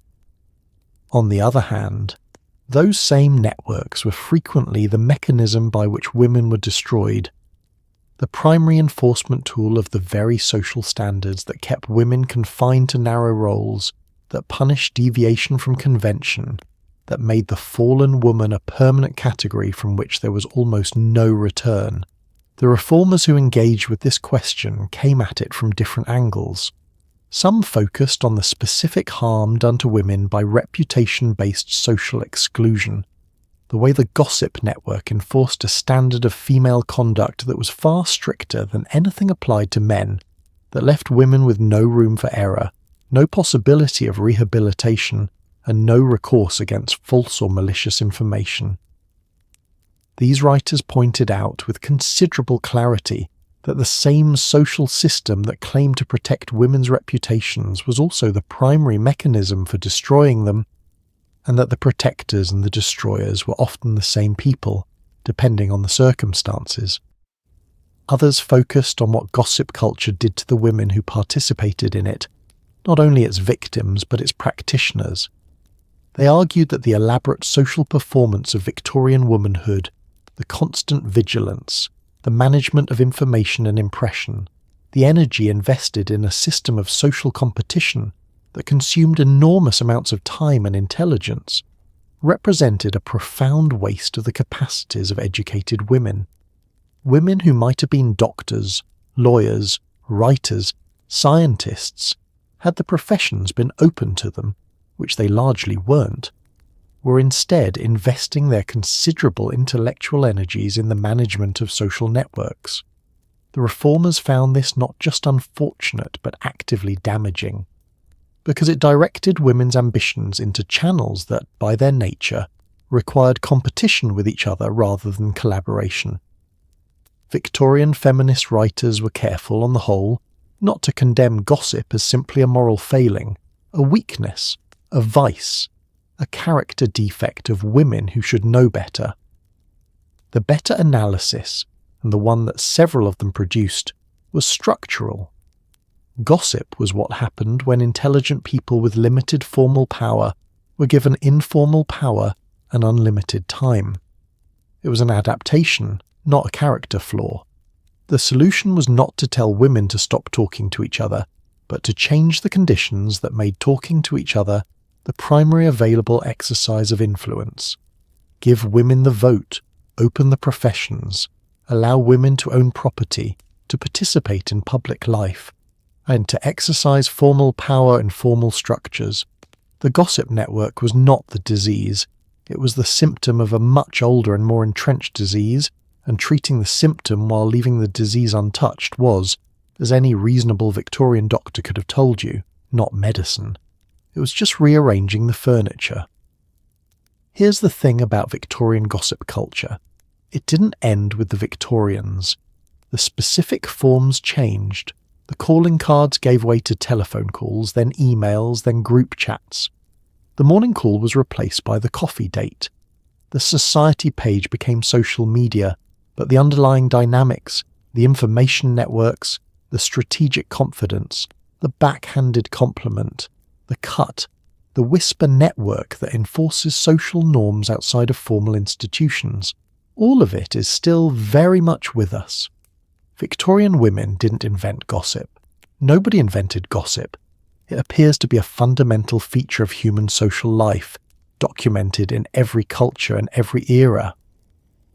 But Victorian women, operating in a social world that gave them almost no formal power and enormous informal power, developed gossip into a genuine institution, codified, practiced, refined, and extraordinarily effective. The structural conditions that produced Victorian gossip culture have changed enormously, and the change matters. Women can vote, own property, enter virtually any profession, access legal redress, and participate in public life in ways that would have been literally unimaginable to a woman sitting in a Victorian drawing room in 1860. The formal power that was absent then is substantially present now, and with it, much of the urgent necessity of the informal network has dissolved. Women no longer need to route all their social and professional intelligence through morning call circuits, because they are increasingly in the rooms where formal decisions are made. The gossip network no longer bears the weight it once bore because it no longer has to, and yet the patterns persist.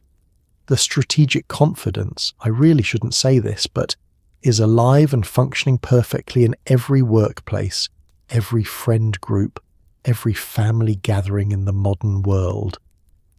The backhanded compliment has not retired. The social cut, the deliberate failure to acknowledge someone's existence, has migrated to digital environments where it is now called leaving someone on read, being unfollowed, being removed from a group chat, c'est qui, all of which communicate the same thing the Victorian cut communicated and are taken by their recipients with comparable seriousness. The whisper network still operates, still enforces social norms, still carries warnings about dangerous people and damaging situations. It has simply moved platforms.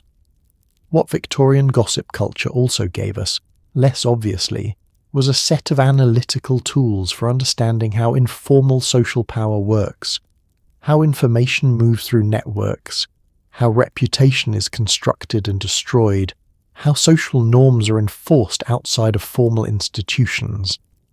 These are not trivial insights. The scholarship that emerged in the 20th century around social network theory, around the sociology of reputation, around the dynamics of informal power, is in many ways a belated formalization of things that Victorian women understood and practiced with extraordinary sophistication. They just didn't publish papers about it. They didn't need to. It was simply how the world worked, understood by every woman who had sat through enough morning calls to see the pattern. The Victorian gossip network was not admirable in all its operations. It destroyed people who didn't deserve to be destroyed. It enforced standards that were unjust. It directed enormous human intelligence and energy into a system of social competition that served, in important ways, the interests of the same society that limited women's options in the first place. But it was also, in its way, a remarkable human achievement, a complex, distributed, and self-regulating social system maintained entirely through informal means by people who were officially doing nothing more significant than having tea. The women who built it and ran it and navigated it deserved more than the world they were given. What they made with what they had was, by any measure, extraordinary. If there was one figure in Victorian social life who occupied a position of genuinely paradoxical power, it was the widow. On paper, widowhood was a catastrophe. The loss of a husband meant the loss of the primary social and financial structure of a Victorian woman's life, and the grief involved was real and often profound. But widowhood also conferred something that marriage had not: legal personhood. A Victorian widow could own property in her own name. She could sign contracts. She could manage her own affairs without requiring a male guardian's permission. She could, within the considerable constraints of respectable behaviour, make her own choices about where she went, whom she saw, and how she conducted her social life. She was, for the first time, officially an adult. The gossip network noticed this immediately and adjusted its attention accordingly. The widow's social position was watched with extraordinary interest by everyone around her. How long she mourned, and how visibly, was itself a subject of intense observation. Victorian mourning conventions were elaborate and strictly timed. Full black for a specified period, then half mourning colours, then a gradual return to normal dress that signalled the stages of recovery from bereavement. A widow who moved through these stages too quickly was considered disrespectful to her husband's memory, which was a way of saying that she had not loved him sufficiently, which was a way of saying something more pointed still about the marriage. A widow who remained in mourning unusually long was considered either genuinely devoted or making a calculated social choice about her presentation, and which interpretation prevailed depended entirely on what else people already thought about her. The question of remarriage was the most charged of all. A widow who showed interest in remarriage too soon was considered mercenary, or improper, or both, and the definition of too soon was fluid enough to be applied to almost any timeline if someone was motivated to apply it. A widow who remained unmarried indefinitely was subject to a different kind of attention. Speculation about her finances, her intentions, her social life, and the various gentlemen who might or might not be interested in changing her status.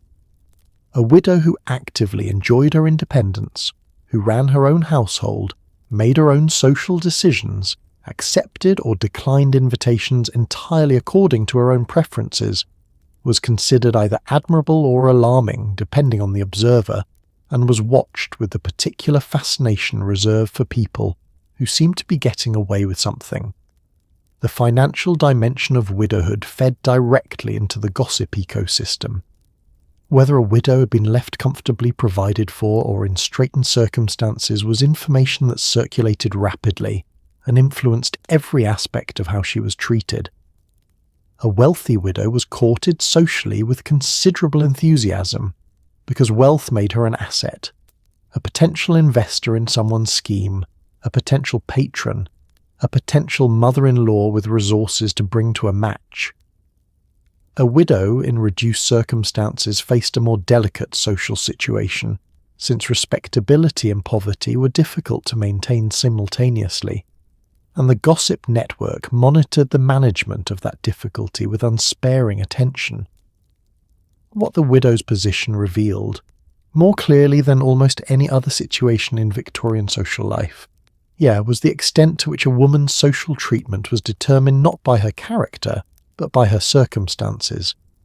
The same woman, widowed at 45, was a different social proposition, depending on what her husband had left her, how many children she had, what her family connections were, and whether she was considered to have behaved correctly during the marriage.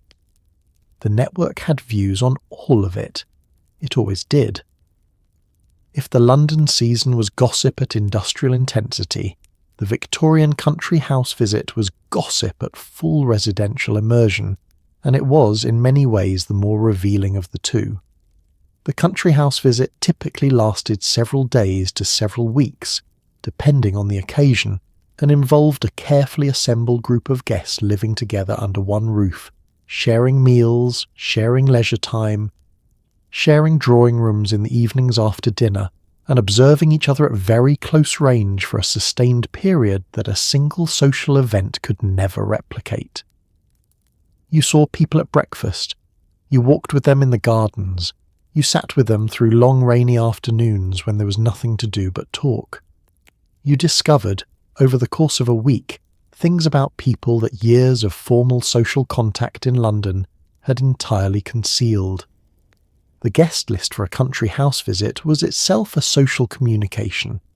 The host and hostess assembled their party with care, and the assembly communicated things about the relative standing of the guests, about the social and political allegiances of the household, about which connections the hosts were choosing to cultivate. Being invited was an indication of your social standing. Being invited alongside certain other people communicated something about how you were categorized. Not being invited when others in your circle were communicated something quite specific that you would spend considerable time processing. The invitation list was, in short, a ranking made temporarily visible, and everyone on it and everyone not on it read it accordingly. The physical intimacy of country house living produced social intelligence of a quality that no formal event could generate. In London, you saw people in their public modes, dressed for the occasion, performing for an audience, managing their presentations carefully. At a country house, the performance had to be sustained for days, and performances sustained for days always developed cracks. You saw how people treated the servants when they thought no one important was watching. You observed how a marriage functioned at breakfast before the social armour was fully on. You noticed who walked together in the gardens and who avoided each other. You saw who drank too much in the evenings. You discovered whether the charming man from the London dinner parties was equally charming when the London dinner party was over, and he was simply a person who needed to get through Tuesday. The evenings after dinner were particularly productive. The women withdrew after dinner while the men remained with their port, a custom that created a specific, intimate, single-sex gathering in the drawing room that functioned almost as well as a morning call for the sustained exchange of social intelligence. The men joined later, and the mixed company that resulted, loosened by dinner and wine and the particular relaxation of being away from the city, generated conversations of a quality and frankness that formal London events rarely achieved. People said things. They said more than they intended. They revealed opinions and attitudes and information that the morning would make them regret having shared quite so freely. All of it naturally was remembered.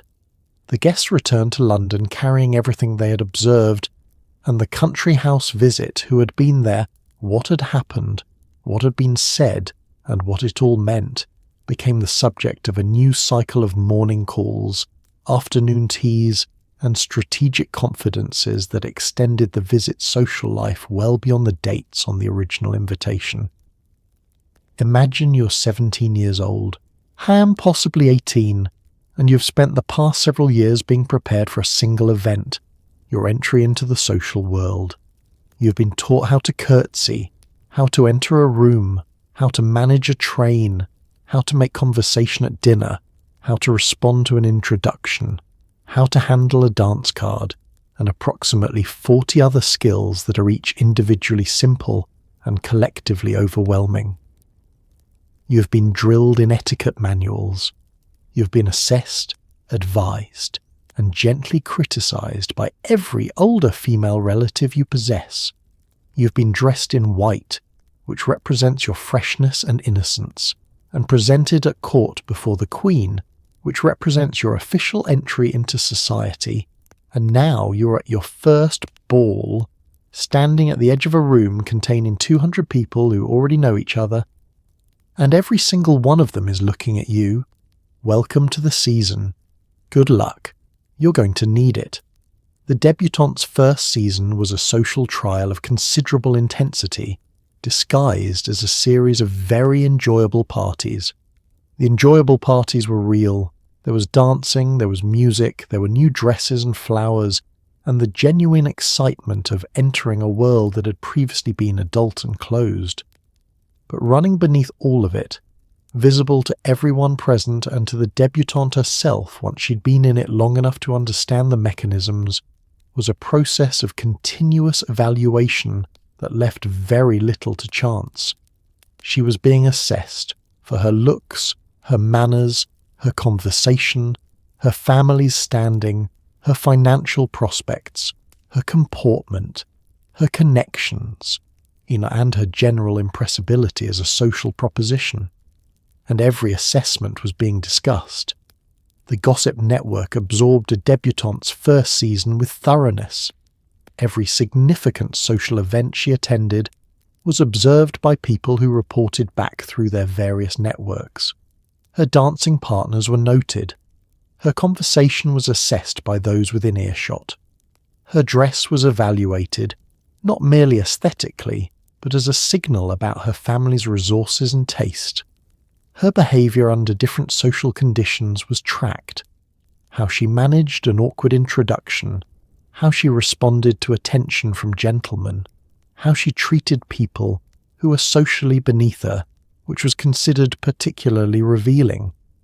The network was constructing, event by event, a social profile that would follow her through the rest of her time in society. The mothers were, of course, running their own parallel operation. The mothers of debutantes were experienced social operators who understood the season as the high-stakes exercise it was, and who were simultaneously managing their daughters' presentations, monitoring the competition, assessing the field of eligible young men, and maintaining the social connections that might prove useful. They talked to each other with the complicated mixture of warmth and rivalry that characterized women operating in the same competitive environment, sharing enough to maintain the relationship while withholding enough to maintain the advantage. The debutante herself, if she was perceptive, and the ones who thrived tended to be perceptive, yet understood fairly quickly that she was not merely attending parties but navigating a system, and that understanding the system was as important as performing well within it. The girls who came out of their first season successfully were rarely simply the prettiest, or the wealthiest, or the best connected. They were the ones who figured out with reasonable speed how the room actually worked. The gossip network had been running for generations before they arrived. The cleverest of them, within a season, were running it themselves. And so, here we are. The candles have burned low. The last teacup has been quietly removed. The drawing room is finally, mercifully empty. Just you, the dying fire, and the faint rustle of a calling card left on a silver tray that nobody's going to answer tonight. What a world it was. A world where a 3-second pause before answering a question could unravel a reputation. Where a bouquet of yellow roses delivered at the wrong moment communicated a whole paragraph that nobody would ever say out loud. Where a woman could be erased from the social map she had lived on for decades, not with a confrontation, not with an accusation, not with a single raised voice, but with the quiet administrative precision of a name removed from a list. No drama, no scene, just absence, spreading outward like cold air through a gap in the wall. These women were extraordinary. Not always kind, we have been honest about that tonight. The same networks that protected also destroyed. The same intelligence that warned also wounded. The same women who built communities of remarkable warmth and solidarity were capable, when the circumstances required it, of a social ruthlessness that would make a modern corporate strategist put down their coffee and take notes. They were human beings operating in a system that gave them very little and demanded a great deal, and they made of that system something intricate and powerful and sometimes terrible and sometimes genuinely remarkable. But here is what deserves to be honoured tonight, quietly before you sleep. These women, the ones passing cards, composing strategic letters, deploying the pause, reading the fan, decoding the bouquet, maintaining the network with the precision and dedication of people who understood that it was the only instrument of influence available to them. These women were not small, they were not trivial, they were not, whatever the Victorian era chose to call them, merely gossips. They were intelligent, socially fluent, often brilliantly perceptive people who had been handed a very narrow lane and who drove it, if we're being honest, faster and more skillfully than most of the people who told them the lane was all they deserved. They navigated a world without legal rights, without professional access, without formal power of almost any kind, and they built something imperfect, complicated, occasionally cruel, and undeniably real, out of afternoon tea and calling cards and the precise management of a 3-word sentence. They protected each other when the formal world wouldn't. They warned each other when the formal world didn't. They kept records, maintained relationships, and held the social fabric of their communities together with a dedication that was never adequately credited because it was women's work, which meant it was considered to be nothing much at all. It was not nothing, it was never nothing. So tonight, as you sink into your clean sheets, in your warm room, in a world where you can own property and vote, and say what you think at a volume above a strategic whisper, spare a quiet thought for the women in the drawing rooms, the ones with the fans and the teacups and the ribbon-tied letters and the silver card trays, the ones who ran things from rooms they were told didn't matter, with tools they were told were trivial, toward ends they were told were unimportant. They mattered. The tools were not trivial, and the ends, connection, protection, community, power, survival, were exactly as important as any end has ever been. Rest now. You're warm, you're safe, and nobody's going to cut you at breakfast. Good night.